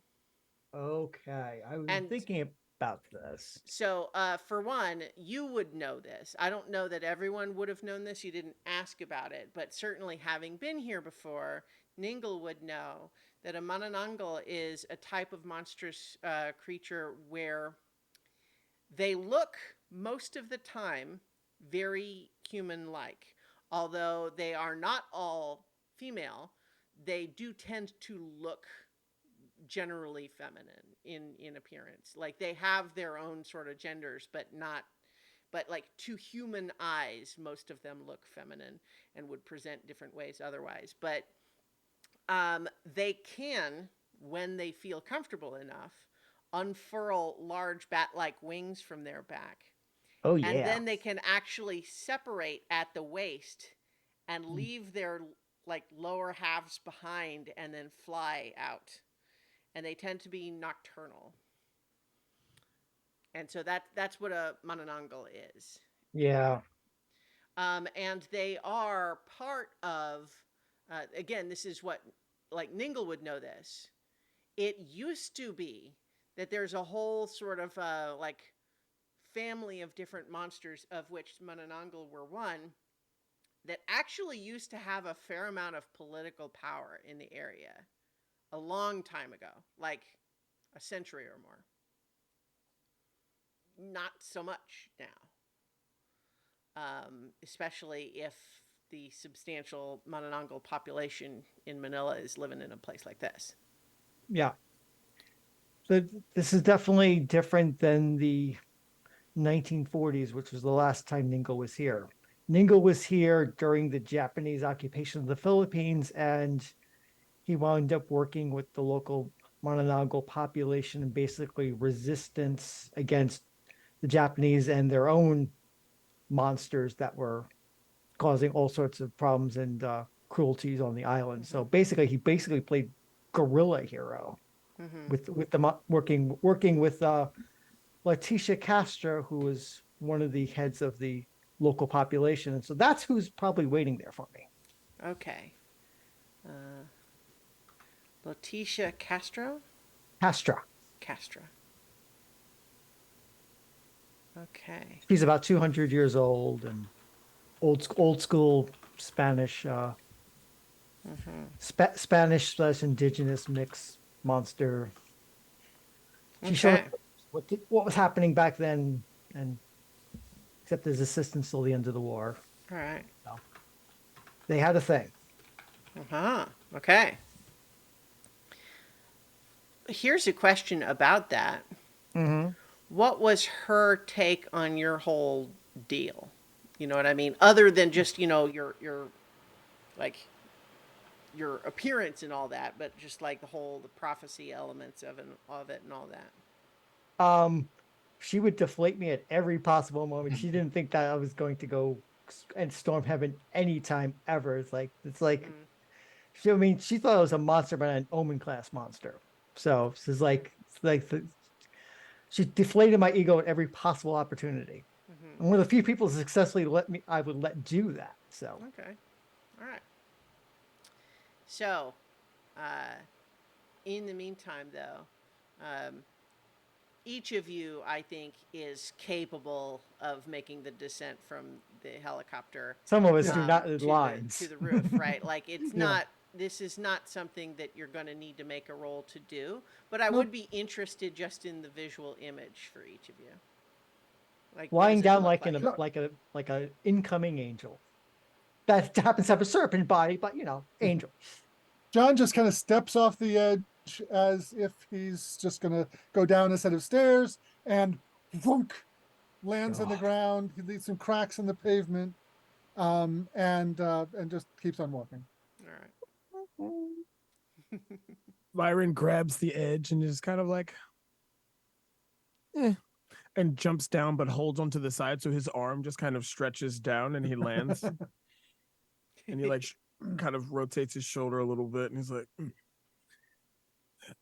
maybe I should do yoga while I'm here, stretch it out a little bit. Mhm. Monster And yoga. Doran does You are definitely the guy to write the book on monster yoga. and Pindoran does at least holds on to the rope as he descends, but time moves oddly slow, or he seems to move oddly slow temporarily when he's descending, and he lands without an issue. All right. So I'm going to put us on a different page here so you can all see this image of Sister Teresa. Although, as you see her here, she is. This is a bit what she'll look like when you get back inside in a minute, because what you see her doing is holding an umbrella. She is smoking a cigarette somewhat ineffectively in the rain, because the wind is pushing the umbrella around, and also her habit is flapping around quite a bit. She is wearing sort of a fairly classic nun's habit, and a crucifix necklace that does seem to have it's crooked. And she is sort of, the wind is bedeviling her, but as she sees you land, and the helicopter and the rain noise is still pretty loud, she sort of like beckons you over. She's standing by like the roof entrance to the building here. Head over and I, yeah, yeah, help grab hold of the umbrella so it doesn't fly away from her. Yeah, she leans in and gives you like a quick one-armed hug and says, "All right, come on, we gotta get out of this fucking rain." Sorry, God. Yeah, and so as she's kind of leading you in through this this little roof entrance to the stairwell, there, as she's bringing you in, she's just saying, I'm taking you to my place. Everyone, if you could just humor me and just kind of keep things a little quiet. The sun's going down, so everyone's just getting ready to go out to work, and so there's people moving around, but let's keep what the mission is on the down low for the moment. I'll tell you why in a minute. Okay. All right. Yeah.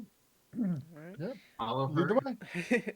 And so she is ushering you down several flights of stairs. You can see as you kind of stop at the landing on each floor that there is an elevator, but there's like caution tape blocking the doors on it. And this place is like, obviously a lot of people live here, and there is some effort to try to, like, there's not just garbage lying around, but this is a worn building that is not seen its carpets get repaired or replaced in probably since it was built, that sort of thing.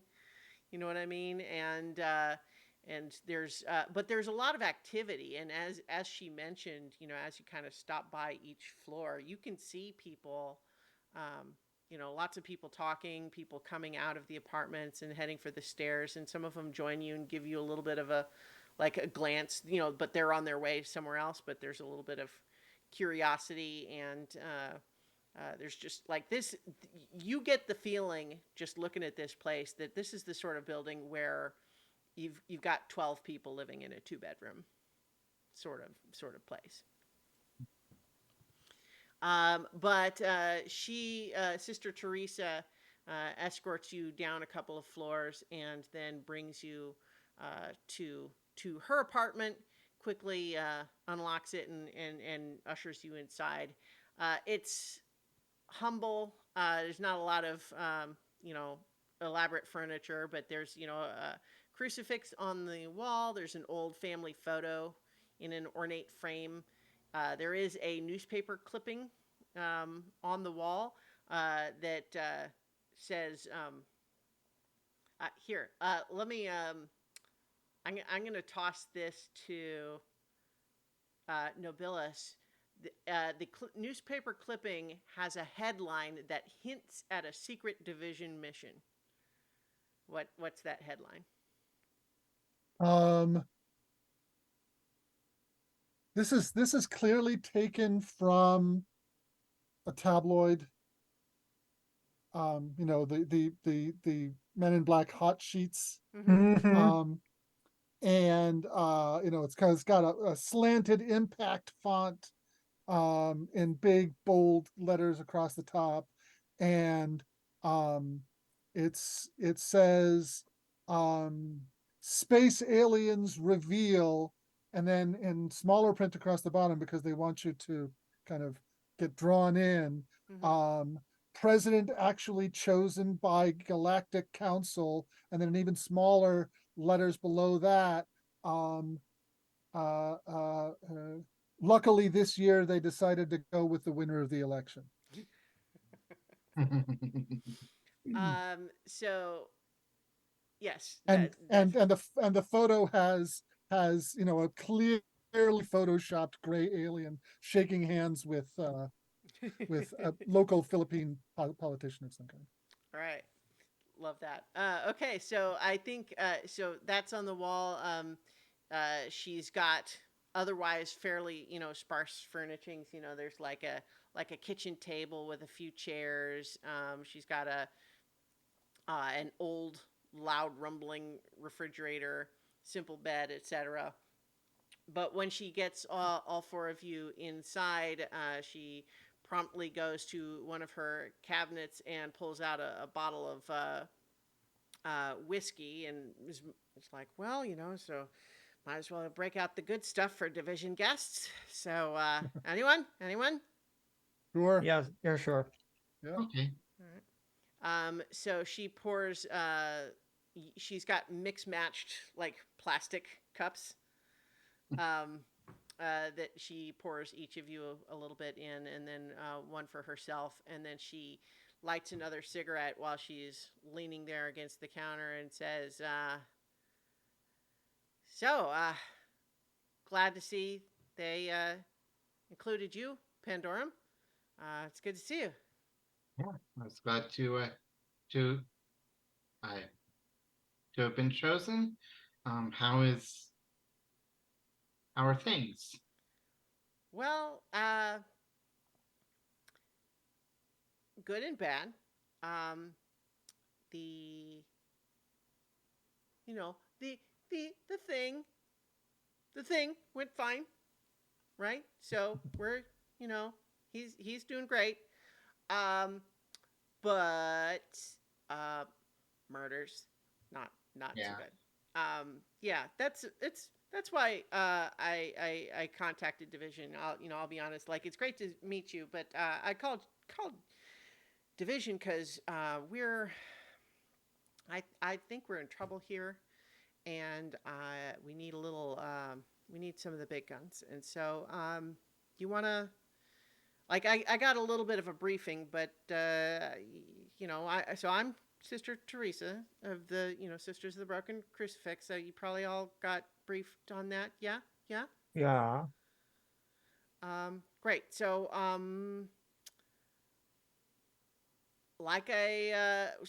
I guess I don't know what they told you. So where are we at?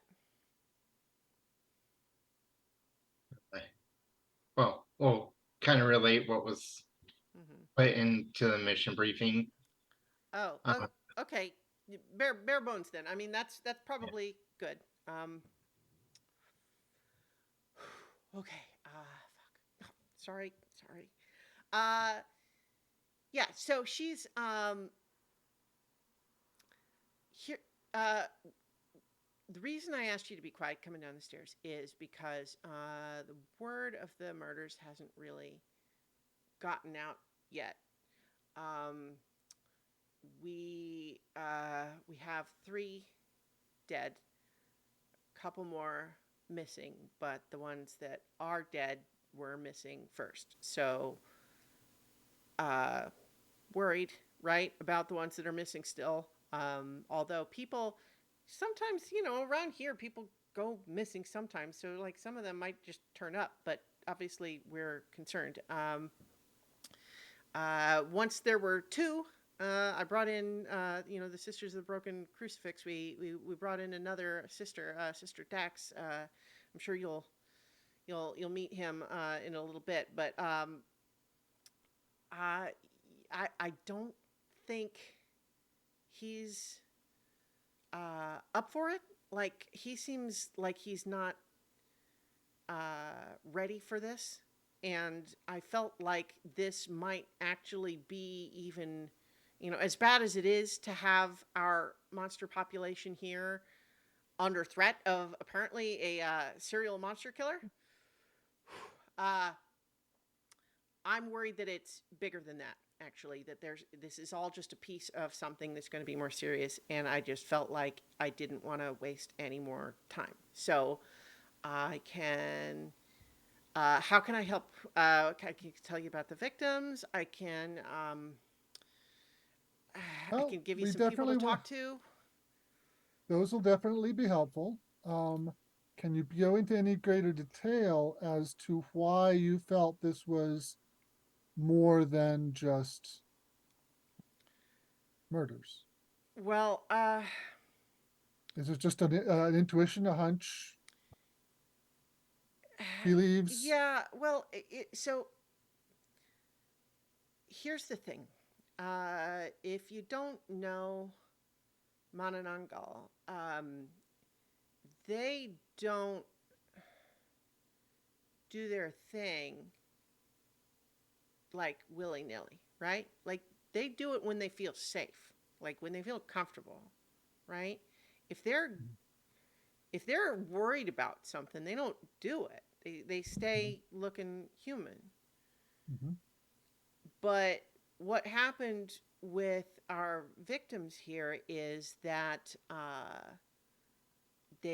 people would say, "Oh, hey, where's Samantha? Where's Lily?" And we'd go to check on them, and we'd find just just their lower half, like they went off, Mhm.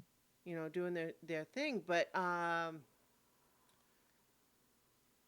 didn't come back. And Manananggal, they go out at night. Like they're not going to burn up like a vampire in the day, but they don't like it, right? They're not going to just not come back. It would be very unusual. And then, when they were missing for a couple of days like that, we then found the bodies. But so the point being here that, they weren't just like snatched. Like they wouldn't have separated like that unless they were like going to see someone they knew. Or I don't know. I mean, I feel like I don't have an answer for that. But I suppose that could just be like, we've been having a lot of trouble with the humans lately. Like there's, the local government doesn't like that we've got them here at all. Um, much less, all crammed into one building like this. But I mean, but that's why I'm here, right? I can handle that kind of thing. So maybe we've just got a human with an extra bad hatred of it. But I guess, yeah, it's just like you said. I've just got a gut feeling that like this is not typical. This is like we see people get killed with violence on the streets when they go out. We got people who work the streets at night. We got people who just work dangerous jobs and that sort of thing. Like that violence happens, but this is just weird. Them separating and then just going missing, only to turn up with like their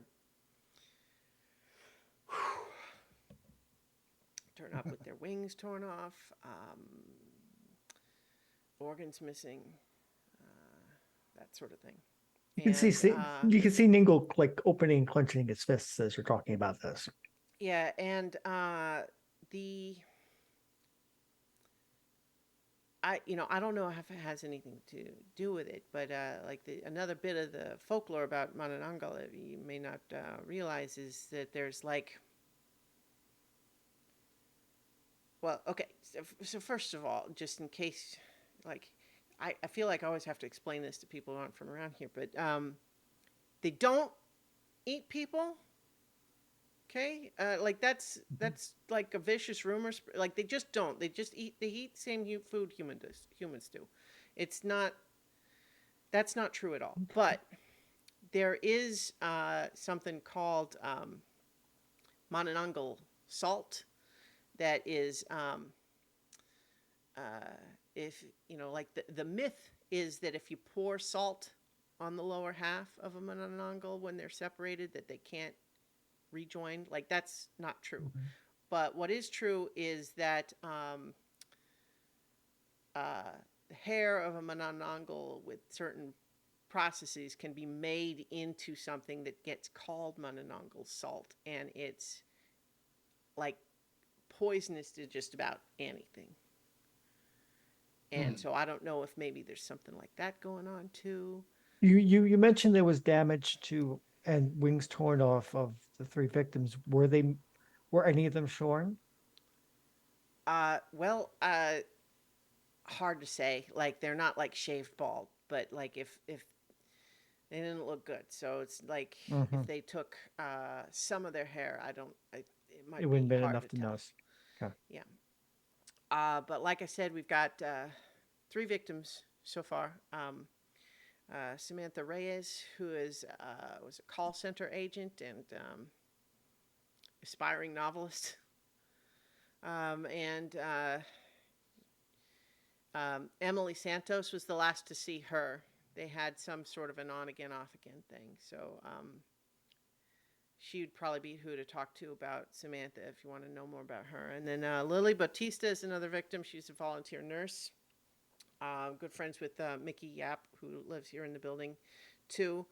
And then Jin is just Jin. He's community leader. Like he's the one that's going to be hard to like Samantha and Lily. You know, people don't see them for a few days. They don't think anything of it. But Jin's going to be hard to explain. Georgie, the custodian, probably spent most time with him. So I can put you in contact with any of them. We've got and of course, like I said, Sister Dax was sent from the Sisters of the Broken Crucifix to help me when this was just starting. But so I don't think there's anything wrong with you talking to him. But like I said, between us here, I feel like he's a little out of his depth. I hate to say that about people in my own organization to people from my ex organization, but I got to call it like I see it here.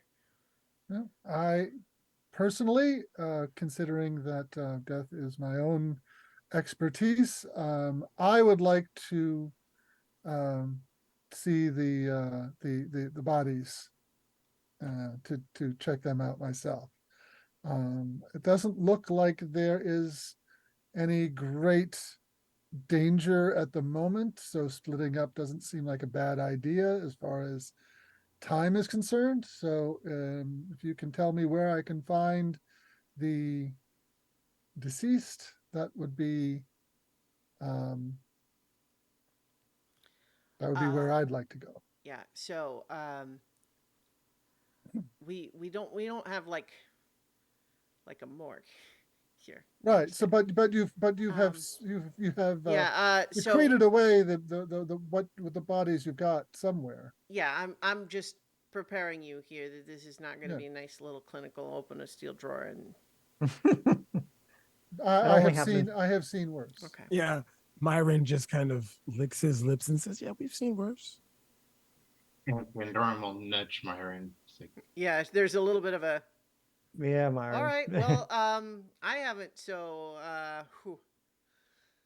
yeah. But we can. Yeah, I can take you down there. So is it just you going down for that, or tell me how I can help? I would like to go with, because I hope at least one of them still has a face. Mm. Well, kinda. Mm. Myron just kind of chuckles and says, "Partials will do. It's fine." And the people that were informed, that were known would know about the victims, are they here in the building or? Yeah, yeah. I asked them to keep things on the down low for now. Like the 3 people I mentioned, like they know what's going on, but like I've asked them to not spread the word right now, just because. What if Here, what I if mean, what if there's somebody in the building who I'm acquainted with that I would like to speak to? Would you find it amiss if I broke the news well, to her, who are you talking about? Letitia? Oh, yeah, okay. I mean, yeah, she knows. She knows. She knows too. Yeah, like I mean, if you know her, try keeping anything from her. Yes, exactly. Um, Yeah. So I definitely want to go right. talk to her. But let me restate here that we've got a vulnerable population here that does not have anywhere else to go. Okay, and so if they're in real danger here, I mean I'm not trying to keep that information from them. Like if they need to leave for their lives, then we need to make that call. But in the meantime, I don't want to have everybody panicking either. So that's the really delicate situation we're in right now, right? So like that's why I'm Right. trying to figure out like is this going to keep happening? Is it going to get worse? Because if it is, then I need to let them know. But also, they like I said, that we're living in a city that doesn't like them, and there's Well, not a lot of other buildings where they're going to be able to yeah, make a home like they have here.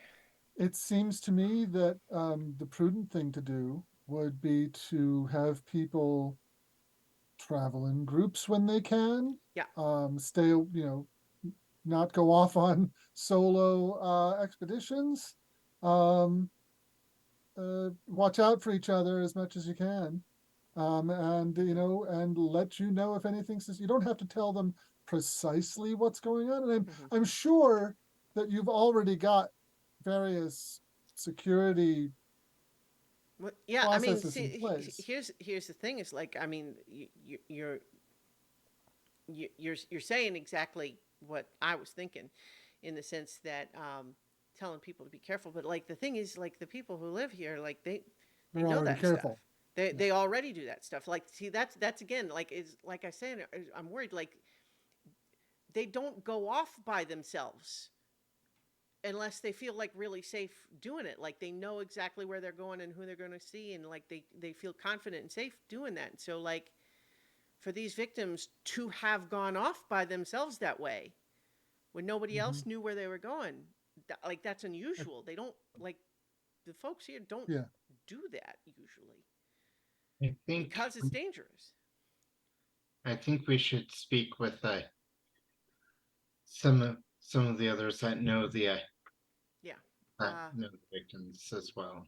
Okay, so yeah, like I said, we got Emily Santos, uh, Mickey Yap, and Georgie, the custodian. Georgie's not. Emily and Mickey are Manananggal themselves, but Georgie is a duende. I think. Hang on, let me. What did I say? A duende, which is is a different kind of Oswang. Oswang is the local term. Monster is non-human, but just different. Good guy though. Which what Emily's friend was the first victim. Samantha, yeah. Yeah. So Emily was in the kind of like I said, like you'd as like find them kissing as yelling at each other. Like everyone knows they kind of had a thing, but they they fought and they made up, and everybody knows about it because we're all on top of each other here. But yeah, so Emily's probably who would know the most about Samantha. I think we should. I would like to speak with Emily first. Okay. Okay. Perhaps And Ningle will join me on that. Yeah. right. Well, and We'll split into yeah, two so groups. We'll and I start. think she writes down like just the apartment numbers for and the names, and gives you Ningle also the apartment number for Letitia. Good, good, good. All right. I'm going to I am in the meta here. I'm going to change one of the pre-written NPCs to be Letitia. Okay. So when I give you the the little label for her, it's not it's going to say the pre-written name, but I will tell you that that's that's who it is. Yeah, we'll cross it out and write the name. All right. Okay, so I think we're gonna who would like to do the scene first? I mean, Nobilis John Deere Mhm. suggested going to view the body first, so perhaps. Mhm. Yeah, I Mhm. think I Yeah, should the go body first. Mhm. Yeah. All right. So, with the others kind of ready to go on their own mission, Myron was coming with, right? Yes, yes, yes, yes. Yeah. All right. So on the way there, I'm going to kind of take Myron aside and just, tell him to let me take the lead on this. This is my area of expertise. Just, back me up. Oh yeah, no, no, no, no, no. You go ahead. I just want to, because if I can find if I can find what I would look like to the living, even if they are dead, I can gain those memories, so we can find some more information that way. But I've Okay. never tried it with a corpse. We'll see. And Pandoran would before we split would say, the bodies are not to be eaten. Oh, I'm full. I'm full. It's fine. And besides, I've got my sights on someone else. Yeah, he's got a belly full of duck embryos right now. Tasty. So, she takes you all the way down to the ground floor and then unlocks a door to the basement, which is clearly this is, authorized personnel only. It's not a common area basement. And certainly it is, no, it's not finished down there. Very utilitarian, is like, bare walls and utility pipes and so on. And she guides you down a hallway with there's a couple of pipes with improvised repairs on them, or leaks collecting in a bucket and that sort of thing. Smell of rust and mildew down here. But she takes you through into another room where there's the hot water heater boiler room, and she kind of stops at the door and says, "You need me to go in there with you?" No. Or... Nope, Okay. not necessary. All right. So, yeah, it's just it's not pretty, and I know this is not exactly like the best way to preserve their remains, or really even honor them. But we can't take them to the police, and No, I understand. Look, I'm not a coroner. okay. This will be fine. Thank you so much for your help. All right. What you're gonna see in there is the remains of the third victim, Jin. The other two were all. We put them in the furnace. Nope, Um, that's fair. yeah. All right. And she, I'll just hang out here, I guess, if you need. What? Just Yeah, take whatever time you need. So Yeah. I'll head on in, Mm-hmm. and Following behind you. Yeah. I'm going to use my move, Death Walked Here, Okay. and I am seeking to reconstruct events or learn something valuable from this corpse. Okay. Um. So what you see in there, and I'm not going to get too gruesome in terms of detail, but what you see is,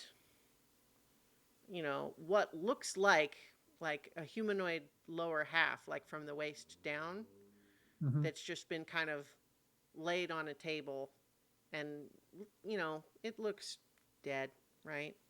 And then there is like a plastic bin, and you can tell that there has been substantial dismemberment of the remains there. So your Death Walks Here move. Yep. Okay. So this is, let me. So I guess you're. That's a is that a That is a regular roll, right? Yep, that's spend darkness tokens and roll. Yep. Okay. So that is a You know, when you seek to reconstruct events or learn something valuable in an area, spend darkness tokens and roll. Mhm. Perfect hit. Okay. What important item or knowledge was taken from here? Okay. And what evidence here will help my investigation? Okay. All right. So, again, we don't have to get too gruesome with the detail, but is this like an autopsy or how is this playing out? Like, what are we seeing? Yeah, uh, John pulls out his tablet Mhm. and kind of and grabs the corners of it, and it kind of expands to be, a picture frame size, Mhm. and then, white beams come out of it and play over the bucket and kind of reconstructs in his screen what's there, and little tags and lines appear on his screen pointing to stuff there. And also, because I'm also asking what has been removed, Mhm. there's like a flashing dotted line with something missing, and another tag for that. Okay. All right. So, I think And the this is information that is coming from death. right. So it's So I think the thing that you discover in terms of what important item or knowledge was taken from here, I'm definitely going to, um, like that. It's literal in the sense that as you kind of scan over the remains here, you discover that the heart and the liver both are missing. okay. That sounds like an important item that was taken. Yes. Yeah. Uh-huh. And so the body was kind of like, you know, torn apart in a Okay. way. So it wasn't hacked or sawed, or No, it does it look was like cut. it was It like, was pulled. yeah.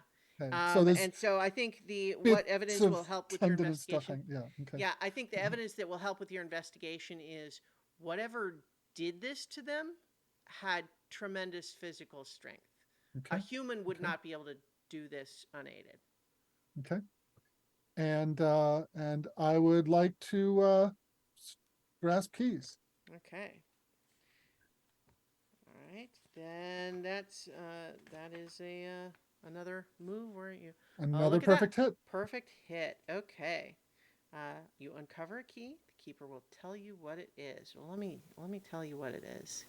And let's send us back to the key screen so I can write it down. Oh, yeah, sorry. I changed it on the stream, but let me put you put you all there too. Yeah. Okay. Keys.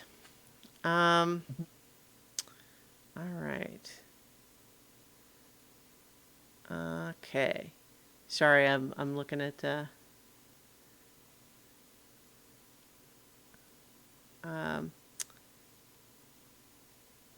okay. I'm going to say that you find stuck in the spot where the heart was is a little like statue. It's like a small, like maybe 6-inch tall stone carving figurine of a Manananggal. But in addition to just having blood on it now, it looks as though someone has been at it with like a chisel, like actively defacing the face on it and creating several gouges on it and poking holes in the wings.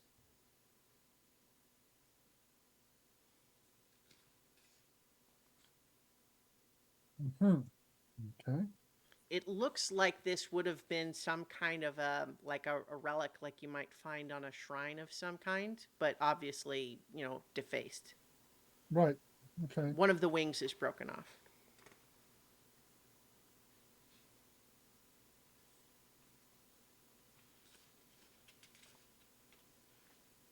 Okay. He has been recorded. All right.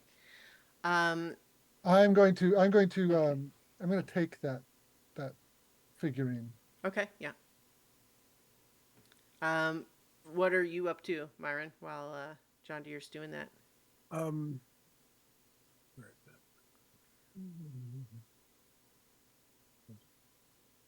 There we go. I will go over to the body and I will say, though your heart has fallen silent, doesn't mean it still doesn't sing. And I would like to use You Can't Hide Your Heart from Me Okay. on the body. All right. Hopefully this works. Well, let's see. Let me look at that, because I think normally it wouldn't expect you to be doing it on a dead person, but let me look at the move. Yeah. Let's see. Sensitive to the surface thoughts and strongest feelings when you deepen your senses. Yeah, I mean, I'll allow that you're kind of doing a little bit of like psychometry sort of thing here. Like you're looking for like psychic echoes, maybe. Yeah, and maybe assisted a little by me to like Mhm. forge a connection to the to wherever the spirit has gone. Sure. Yes, and plus, death in this way definitely probably left some sort of strong impressions. Mm-hmm. And let's hopefully this works. I'm gonna use my last 2 darkness tokens right now. And hopefully that doesn't. Okay, well, so that's a miss, but it's a miss with a 7, so 1 bond point would make it. Yeah, I'll do 1 bond. I'll take 1 bond off and Okay. use and raise it. All right, so becoming an 8 with a perfect hit, you sense more under the surface, and you get to ask 2 of those questions in the move there.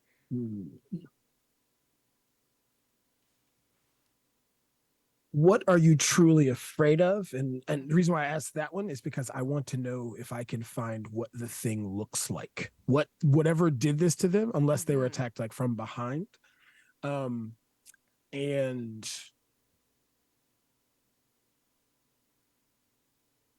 I would like to what don't you realize you know? Draw a line between a key and a facet of the mystery. Declare an irrevocable truth about the mystery. Okay. It's a little early for that. Well, so I mean, yeah, but you can still do that, right? Like, right. What that will mean is that if in the future, when you do an unlock Doom's door, if you get it wrong, normally you would delete all of the lines that you had previously drawn, right? But if you have declared an irrevocable truth with one of them, then you can say that part of the story is going to be true no matter what. Yeah. And so you can do that. Like there's only 1 key to choose from, but you could absolutely still do that if that's what you want to do. It is early for that. I'm trying to see if I can. Yeah, but also I don't because You got lots of choices. I know. I might save and do that later. So actually, I'll take the second one and make that one. What do you wish would happen? And and I would like that in the regards of like, do they want, if they knew what this thing was, or if they know this thing is still out there, do they want it stopped, or did something happen where they were like, because they all went off by themselves. So was this maybe them trying to meet someone they thought they knew? Because wait for it, for Byron, this feels a little almost in his wheelhouse because he can make people go places with him because he looks like people that they know or want to be around. And so this feels a little personal to him, especially if they are known not to go around by themselves because of the dangers. All right. Well, so I think because this person is dead, right? You're not getting normal sort of thoughts and visions and emotions in the way that you normally would. You're hoping to get little glimpses of echoes and such, right? Mm-hmm. But I think as far as the what are you truly afraid of, the snippets of emotion that you feel with the fear, you don't actually get fear of death. What you have here is fear of rejection. Is that somehow what this person was most afraid of, leading up to whatever happened to them, was that they would not be chosen for something.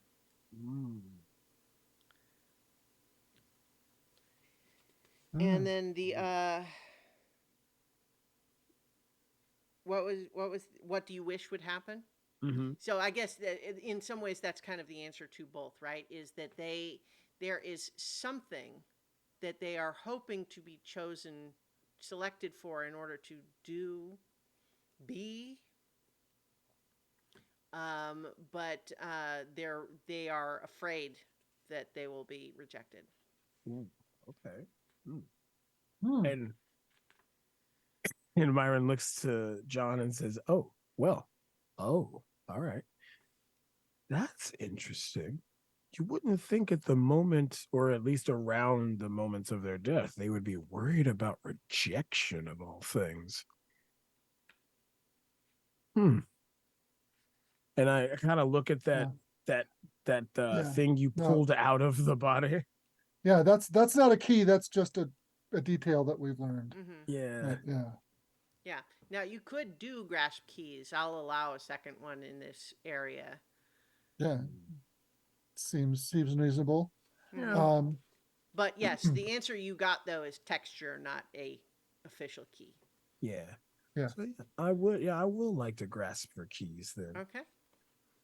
Feel free to do something to get some darkness before that if you need it. They're usually pretty simple. Yeah. I mean, you guys are good at role play, so you kind of end up doing a lot of those things sort of just anyway, but Right. good to focus on specific moments in order to remind yourself to take the keys or take the tokens, I mean.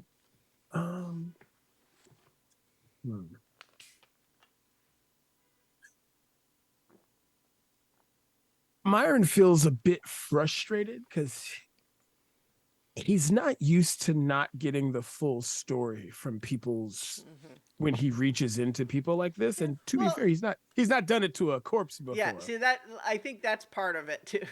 Yeah, and that's kind of what he frustrated because he's like, man, this should have been easy. Like, I mean, I get it, but like, this is what I do. It's my thing. This is classic gifted kid scenario, is getting extremely frustrated that they're not instantly good at anything they try.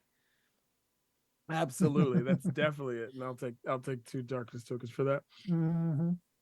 And I'll use one of those for the grasp keys. Okay. Here we go. Okay, so that is another 7, which I think you could choose to spend a bond on if you like to make that another perfect hit, or elsewise it's going to be a miss. Let's see. You've been wanting to get Ruin all the way through the game, and you can mark Ruin to get a key. I don't know why you're not doing that. Oh, you can mark. Yeah, on a Ruin miss to get for a key? grasp keys, you may choose to mark Ruin to uncover a key, but in doing so, I will reveal how you become closer to becoming a harbinger. Oh God! Wholeheartedly. I was like, Yeah. like you should have said this. I don't know why you spent any darkness tokens on that at all, because for you, that's the result you want. And wait for it. And in that moment when he's frustrated because he's not getting the full picture, he's like, "What am I doing?" And like you just see a flash of like dark energy, and he's just like, Well, "What am I doing?" Yeah. So I think that the key that you find is a psychic vision of Jin, this Manananggal, like with blood on their clothes, but apparently themselves intact. And it is just their upper half that you see. And you see them desperately pleading, saying, "Please, I won't tell anyone. I swear it." And when they swear it, there's like this powerful sort of like sense of like, this is not just words. Like somehow that swear There's a ring of truth. well, and not even just that, but like that there's power behind it. Yeah. And Binding so oath. yeah, so the key is the psychic vision of Jin shouting, "I won't tell anyone, I swear it."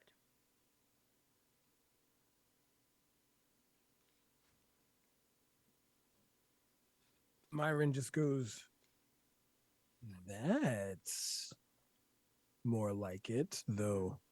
I hope I don't beg for my I don't." And he looks at John and goes, "When my time comes, if I'm begging, put me out of my misery, please." Well, I think that part of what becomes true here is that you kind of recognize that by drawing and then consuming the memories and psychic remnants of a dead person, you sort of find that it's almost like something just you eat a piece of candy and feel like it instantly gave you a cavity. Oh wow. Oh, wow. Like it just there's you can almost feel that memory inside you different than the other. Myron kind of like he actually like looks like it's like when you chew something or eat something that you don't like and it's just utterly disgusting, like if you're eating those jelly beans with multiple terrible flavors. And he's just kind of like, okay, maybe I shouldn't do that too often because oh, that was cloying at best. The for the key, the spelling is actually GIN, but like it's not critical. I'm just that that's how it's written in the other stuff of the mystery. But yeah. So in any case, though, with all of that, let's cut on up to let's see. I guess let's do Pandorum first. Going to go visit Emily Santos, right? I Hmm? thought it was, Yeah, I'm Norman gonna go. I'm gonna go together. with him first, and then Okay. go Oh, off and sure. see Yeah. So the both my of you then. ex. Yeah. Yeah. So let me pull up here because we can. We've got Emily Santos that I can reveal on our little on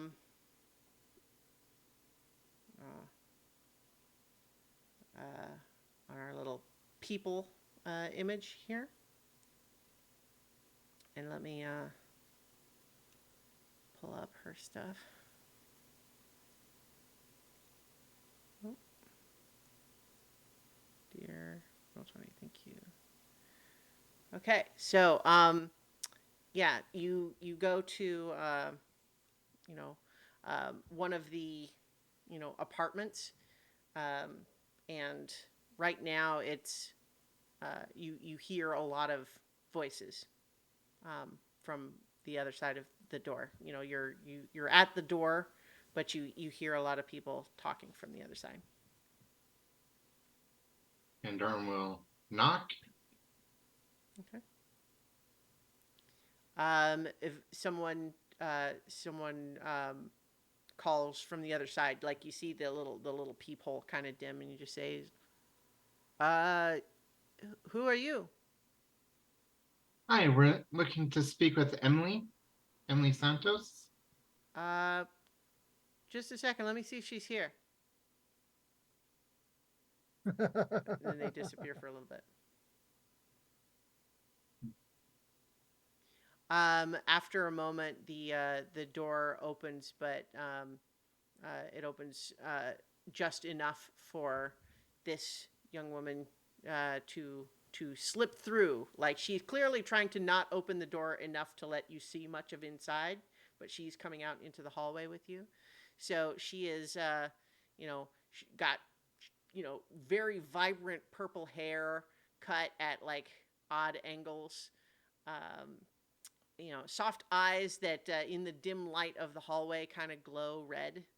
And she's got, wearing, like cut off jean shorts with a lot of elaborate tattoos. You can also see a lot of elaborate tattoos kind of on her chest, like above the neck of her shirt.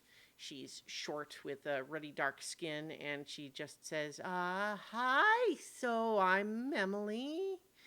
And who are you? We're friends of Sister Teresa, and we would like to speak Oh, with you about Samantha. okay. Yeah. Is there a place we can talk? Your apartment seems a little occupied at the moment. Yeah, definitely. Maybe. You know what? Maybe we can. Maybe the rooftop garden. Um, it's raining, right? Yeah. No. You know what? If there's anyone in the rooftop garden, Perhaps we'll chase him away. It's fine. That's where we should go. Yeah. Yeah. And she like just passes. Like starts hurrying towards the stairwell. and Come on, Pandora. Yep. And she heads back up to the roof. There's a brief hesitation as she sees that it's still raining pretty heavily outside, but as she kind of holds Pandora. open the door. Once the door is open and can see the rain, Pandora's going to basically cause the rain above us, or kind of almost a tunnel of stop time, so Nice, the rain nice. have a path to go through on the rain. She looks up at that. She's wow, Let's go. wow. He's got some clever powers like that. Okay, yeah, like He's Pandora. I'm Ningle, by the way. Yes. yeah, okay, yeah. I'm Emily. No, you knew that, right? Okay, hey, come on with me. Let's go. And she goes into the rooftop garden. But you see that it's not empty. There is actually another person in a nun's habit, like Sister Teresa, in there. And I'm going to reveal them on the map as well. One thing that you are able to see, though, is that despite the nun's habit, it's the same kind of outfit. This does appear to be a man with a goatee and masculine figure in the outfit who had been reading some sort of a thick book that when he sees you all enter, he closes it and stands up and says, "Oh, you're the division team, yes?" Yes. Emily Yes. is looking like shy. Yes, we are. I'm Ningle. That's Pandora. Can we have a little privacy with Emily, if you would, sir? Yeah, so she's looking shy, and he's just like, I am here as part of the investigation too. I think I could be of assistance. Possibly. However, our friend here is feeling a little nervous as it is, and too many cooks might spoil the adobo in this instance. Very well. I had I do requested appreciate that- your offer, and we might want to talk to you separately, of course. Well, I suppose I had better speak with Sister Teresa in any case, as I had thought she was going to let me know when you arrived. So, yes, I'll give you your space for now, and I hope that we can discuss the investigation later. Thank you.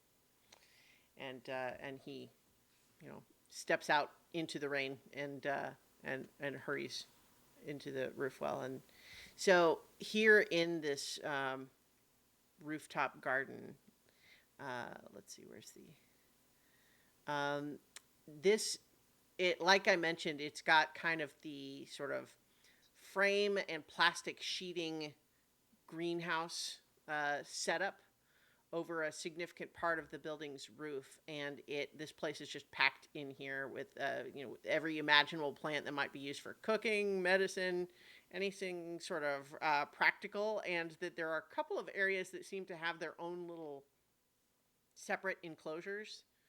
But there are also just a couple of benches, including the one that Sister Dax had been sitting at. It seems kind of like just sort of a peaceful place, compared to the bustle of the building itself.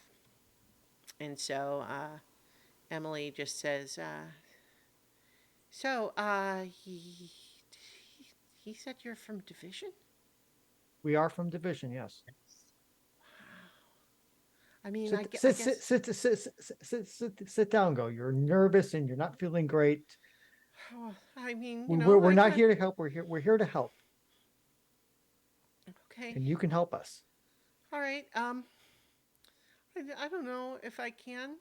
I feel like I tried to answer Sister Teresa and Sister Dax's questions, and I don't feel like I was able to give them anything useful. But I guess if there's anything I can do, I'll try. We will appreciate anything you can help us with. Right, Pandora? Yes. Okay. Okay. Um. Okay. So I guess. How can I help? So, on the time up before Samantha went missing, had anything changed about her? How she behaved, or how her routine? Well, I mean, she, Samantha was complicated. She's a complicated person. I actually kind of really liked that about her. I mean, like I never knew what she was going to do or say, and sometimes that's just so exciting, and she just had so many cool interests, and I mean, we met each other at the call center, but just like she's a writer, and I don't know, like I felt like I never really knew what she was going to do, but the last time I saw her, we had a really intense fight, and like we would have like arguments, but like this one felt different, and I feel like maybe if only I had said something different or done something different, maybe she wouldn't have gone off by herself. But she said she needed space and time to think, and like I don't know if you've seen this place, but there's not like a lot of privacy. Um, and so like I don't know where she would have gone to get space, and it also just like like we like this place, it's everyone's kind of on top of each other here, like that's kind of just how it always is. So I don't know, it felt like when she said she needed space that she knew where she meant. Like it didn't feel like generic. It felt like there was someplace she wanted to go, like specifically, but I don't know where she would have meant. And you said the fight was different this last time. Do you was there a different subject, or Well, I mean, parts of it? I didn't. She just felt like, I don't know. It seemed like I don't know. Like I said, I never knew what she was thinking. I mean, that was part of what I loved about her. She was just always, coming up with crazy ideas, or, like she'd do these funny voices in the call center sometimes, and but like she did just seem like distracted, and I think the fight started just because I said she wasn't listening to me. Like I was telling her a story, and she just seemed like she wasn't paying attention, and I said, hey, hey, you're not paying attention, and she just really got angry about that.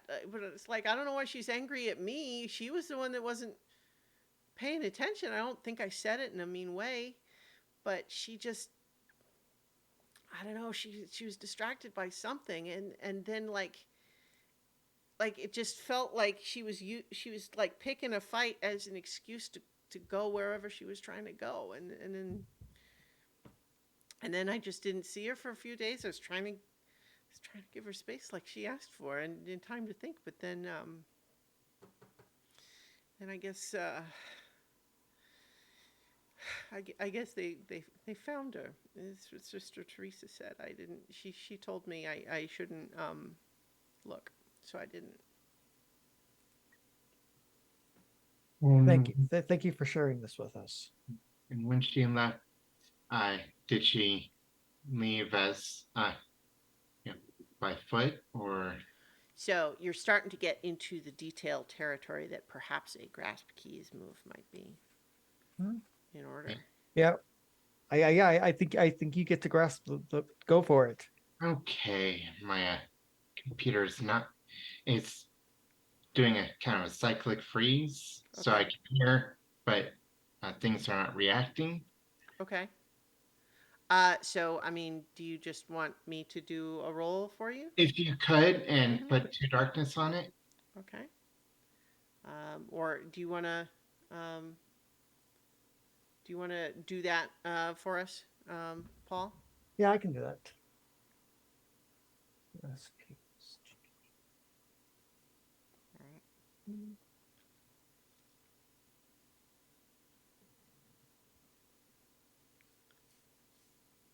Okay. Unfortunately, that's a 5.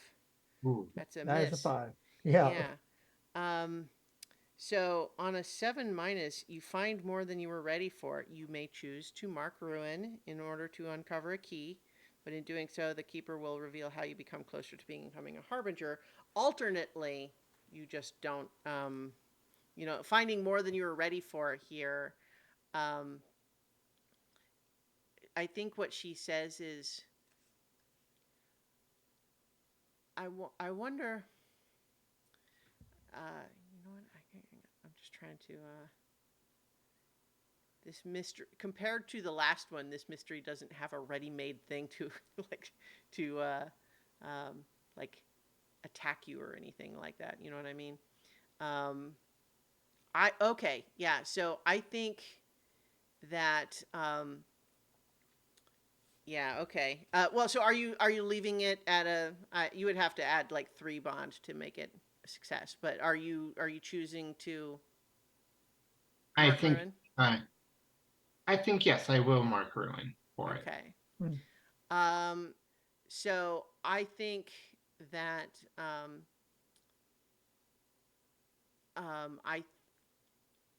I think that what happens is that, well, first of all,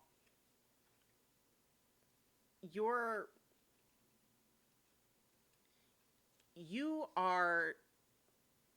well, I guess tell me what is bringing about ruin for you. Are you feeling like frustrated that she doesn't know the answers that you wanted, and I mean, tell me where the ruin is coming from your end. I feel like with this kind of cycle of apocalypse Mm-hmm. that brings Pandorum about, he has, it's like this place is a breeding ground for it. Mm.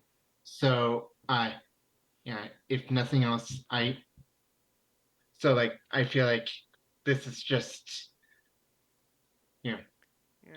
this is my glimpse into my future, basically. Okay. Well, so perhaps then it's just it's an element of you are as you are trying to ask her about this, suddenly you're just kind of overwhelmed with this sort of like premonition of there being a potential apocalypse here. And that as you feel this sort of shuddering wave of premonition, it almost feels like a crawling on your skin. And then suddenly, as you are getting this, you're not getting it from her. It's just somehow in this discussion, you feel like you are treading on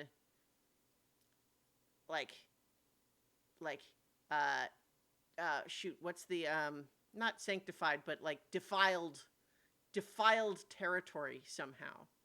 Like just this topic is somehow metaphysically violated, and you suddenly realize that emerging from a lot of these like plant beds here in the garden, you suddenly see a whole swarm of insects emerging and crawling up out of these plants. And as they do, they're leaving little trails of blood behind them. Oh, And Emily screeches and just like immediately like she's backing away towards the entrance of the rooftop garden, but just an infestation of insects clicking and hissing is just emerging from all of these plants, leaving blood behind, and they seem to be like swarming towards one another, like they're all going to the same spot. This is your key, by the way, that there is this infestation of insects leaving blood and gore in their wake. Okay. In the building? In the rooftop in the garden. in the In garden. the garden. Yeah. Okay. And Dorm is definitely going to look at where they look at the infestation. Well, so let me be clear too that they are swarming together into like a big mound. It's not like they're marking a location. I mean, they're coming together and making a big, increasingly large pile while they continue to hiss and click and leave blood behind them. Ah, this is where we react with violence, Pandorum. This is where we react with violence. Can we So- have the key string back so I can? Oh, yes. See, well, And Dorm is going to watch the mound build a bit and kind of crouch near and see, and say, what do you mean? And just kind of look at it, and then and make a void appear on it, so Okay. most if not all of them disappear. oh, that's not the fun way of doing it. Yeah. Okay. Well, Right. how about we get a move Okay, that would to be unleash the dark. Unleash the dark. On these bugs. okay.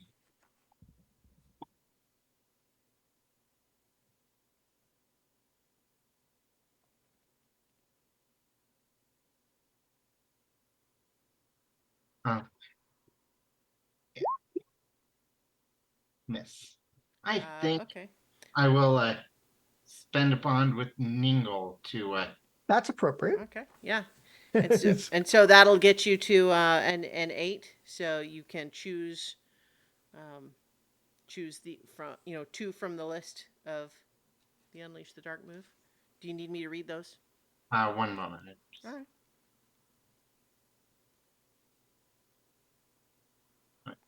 All right. So I'm going to I'm going to get what I want from them and avoid reprisals, harm, or cost. Okay. I think that well, so what do you want from them? I guess I'm thinking some clarity as, like, if possible, some clarity as to what it means. Because this is definitely strange and Well, um, bear in mind though, that's the way that the mystery Okay. works, is that Yeah, you that- are that- all supposed Okay. to put it together Yeah. yourself. So like, Yeah. I'm not So going if to there's- say I won't give you a little bit more substance, but what I'm saying is like, that's the move. Unlock Doom's Door is you trying to decide what the keys mean. Right. Right. Okay. So I'm not going to tell you what the key means because I don't know. You all are going to decide what it means and then roll to see if you're right. But that said, I can give you more detail if that's what you want your move to be for. But Yeah. my point is just, I'm not trying to communicate a specific thing that you're not seeing.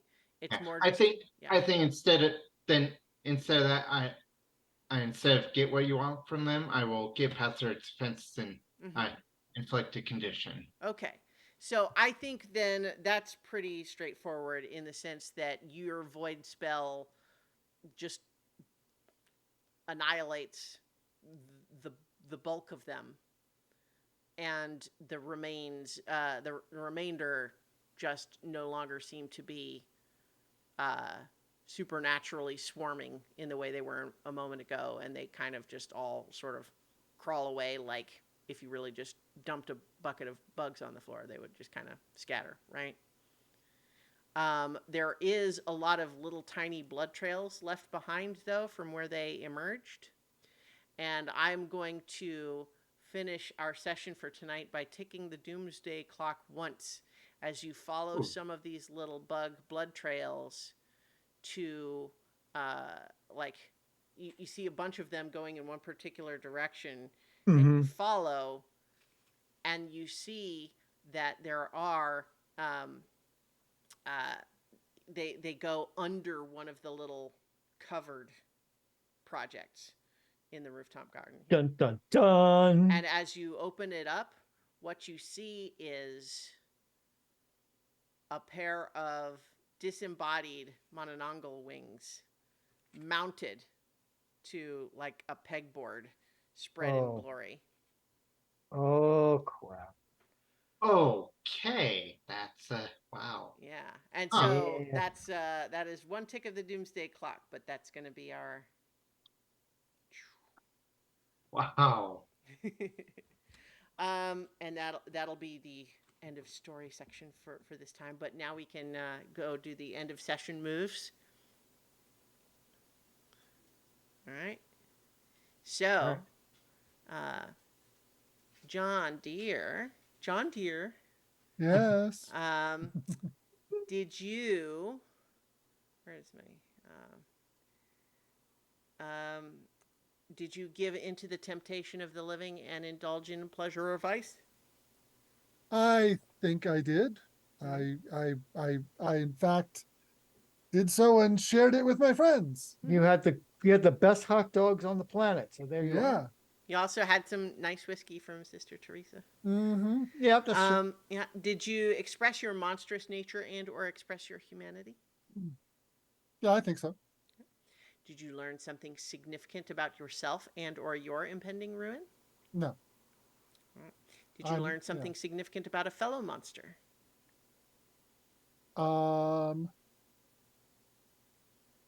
Yeah, I learned that Myron likes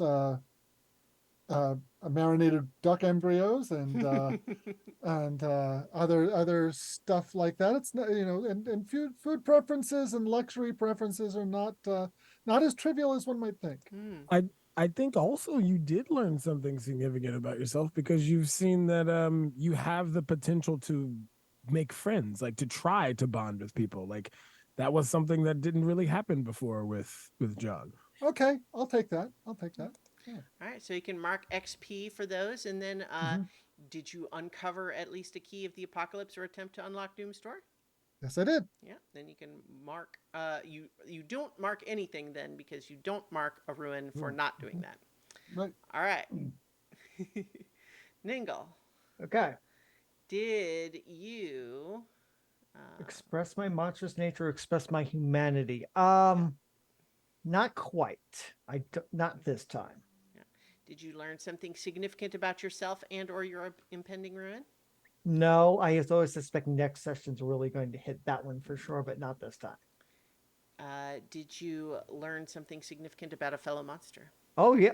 My jaw can attest to that fact that Miriam Yeah? can throw a punch when they want to. So yes. Yes. Did you uncover a key? Nope, that was Pandoram's deal. So I would Right, mark so one. you mark one ruin. But you also had your impulse. Did you entangle another monster with your prophecy? No, I was think hoping. you kind What? of did. You told You Myron kind of about did. it, right? And You're you right. kind of said, You're right. "Oh, I did. interesting." You're right. I Right? did. Yeah. No, Myron knows now. Yeah, that's fair. hmm Okay. And I just want you to know that if I get enough ruin to get another point, there is a puppet spell that I want. Gotta get those Oh, ruin advances, huh? he's speed running them. Nice. Pandorum, did you find an innocent target for your grief, despair, or fear? I mean, I mean, Emily maybe could be one, but you didn't really well, use her that way. yeah, it's like it's more of like I brought about something that caused fear, definitely. But Yeah. I mean, I'll allow it if you feel like yeah, that. I think Yeah. yeah, Yeah, is that it was kind of you sort of feel like the bugs reacted to your energy. yeah. Yeah. Did you express your monstrous nature and or your humanity? Yeah, I mean, yeah, yeah, I treated her as if, she was someone who knew a victim of crime. Mm. That's a very human thing to do. Did you learn something significant about yourself and or your impending ruin? Yes, I recognized the seeds of my impending ruin in where we are. Yeah. Did you learn something significant about a fellow monster? I think I did with Myron because kind of had a you know bonding moment and discuss how memories make us feel. Mm-hmm. All right. And you did uncover a key, so you don't need to mark ruin. All right. Myron, your impulse this time was. Oh, you didn't actually check it, right? But you. No, I did. Yeah, I did. You. Oh, I clicked the wrong thing anyway. I clicked Millie's sheet. Yeah, no, did you act in a way that contradicts what you know of your past self? Yeah. And I don't think I was contradictory per se, but Hmm. I will say I do think I did express myself, not my monstrous nature, but more of my humanity, because now I've realized that I am far closer to them than I thought. Hmm. Hmm. Being a omen class monster who now has a ticking clock of his own. Yeah. Um, It feels like it connects you in some way. yeah, makes Yeah. me far makes me a little makes it a little easier for me to understand why we are such a threat to them. Right. Uh, All right. So I think then if you that sounds like you did also learn something significant about yourself. I did Hmm. because they are correct. I am fast tracking these ruin points, but Yeah. now it's like, yeah, but I see where this is leading, and it's kind of you have to accept it. So yeah. Mm-hmm. All right. Did you learn something significant about a fellow monster? I think you Honest, did. I did. I'm surprised by John's ability to like try to reach out to people, especially given his profession, and but also Ningle, like this desire for conflict, not even like conflict, but to strut your stuff, so to speak. Mm-hmm. Yeah. He's not subtle. All right. And you did uncover a key, so you don't mark ruin for that. Darn. All right, so I think that's where we will leave it for this session. Next week, we're going to figure out what we need to do because we're definitely going to be missing Nobilis at least, but we'll decide how to proceed. But we'll plan to do something next Saturday. So that's it for now, everyone, and we'll be back next week for more adventure on some other levels. Some other levels. Some other levels.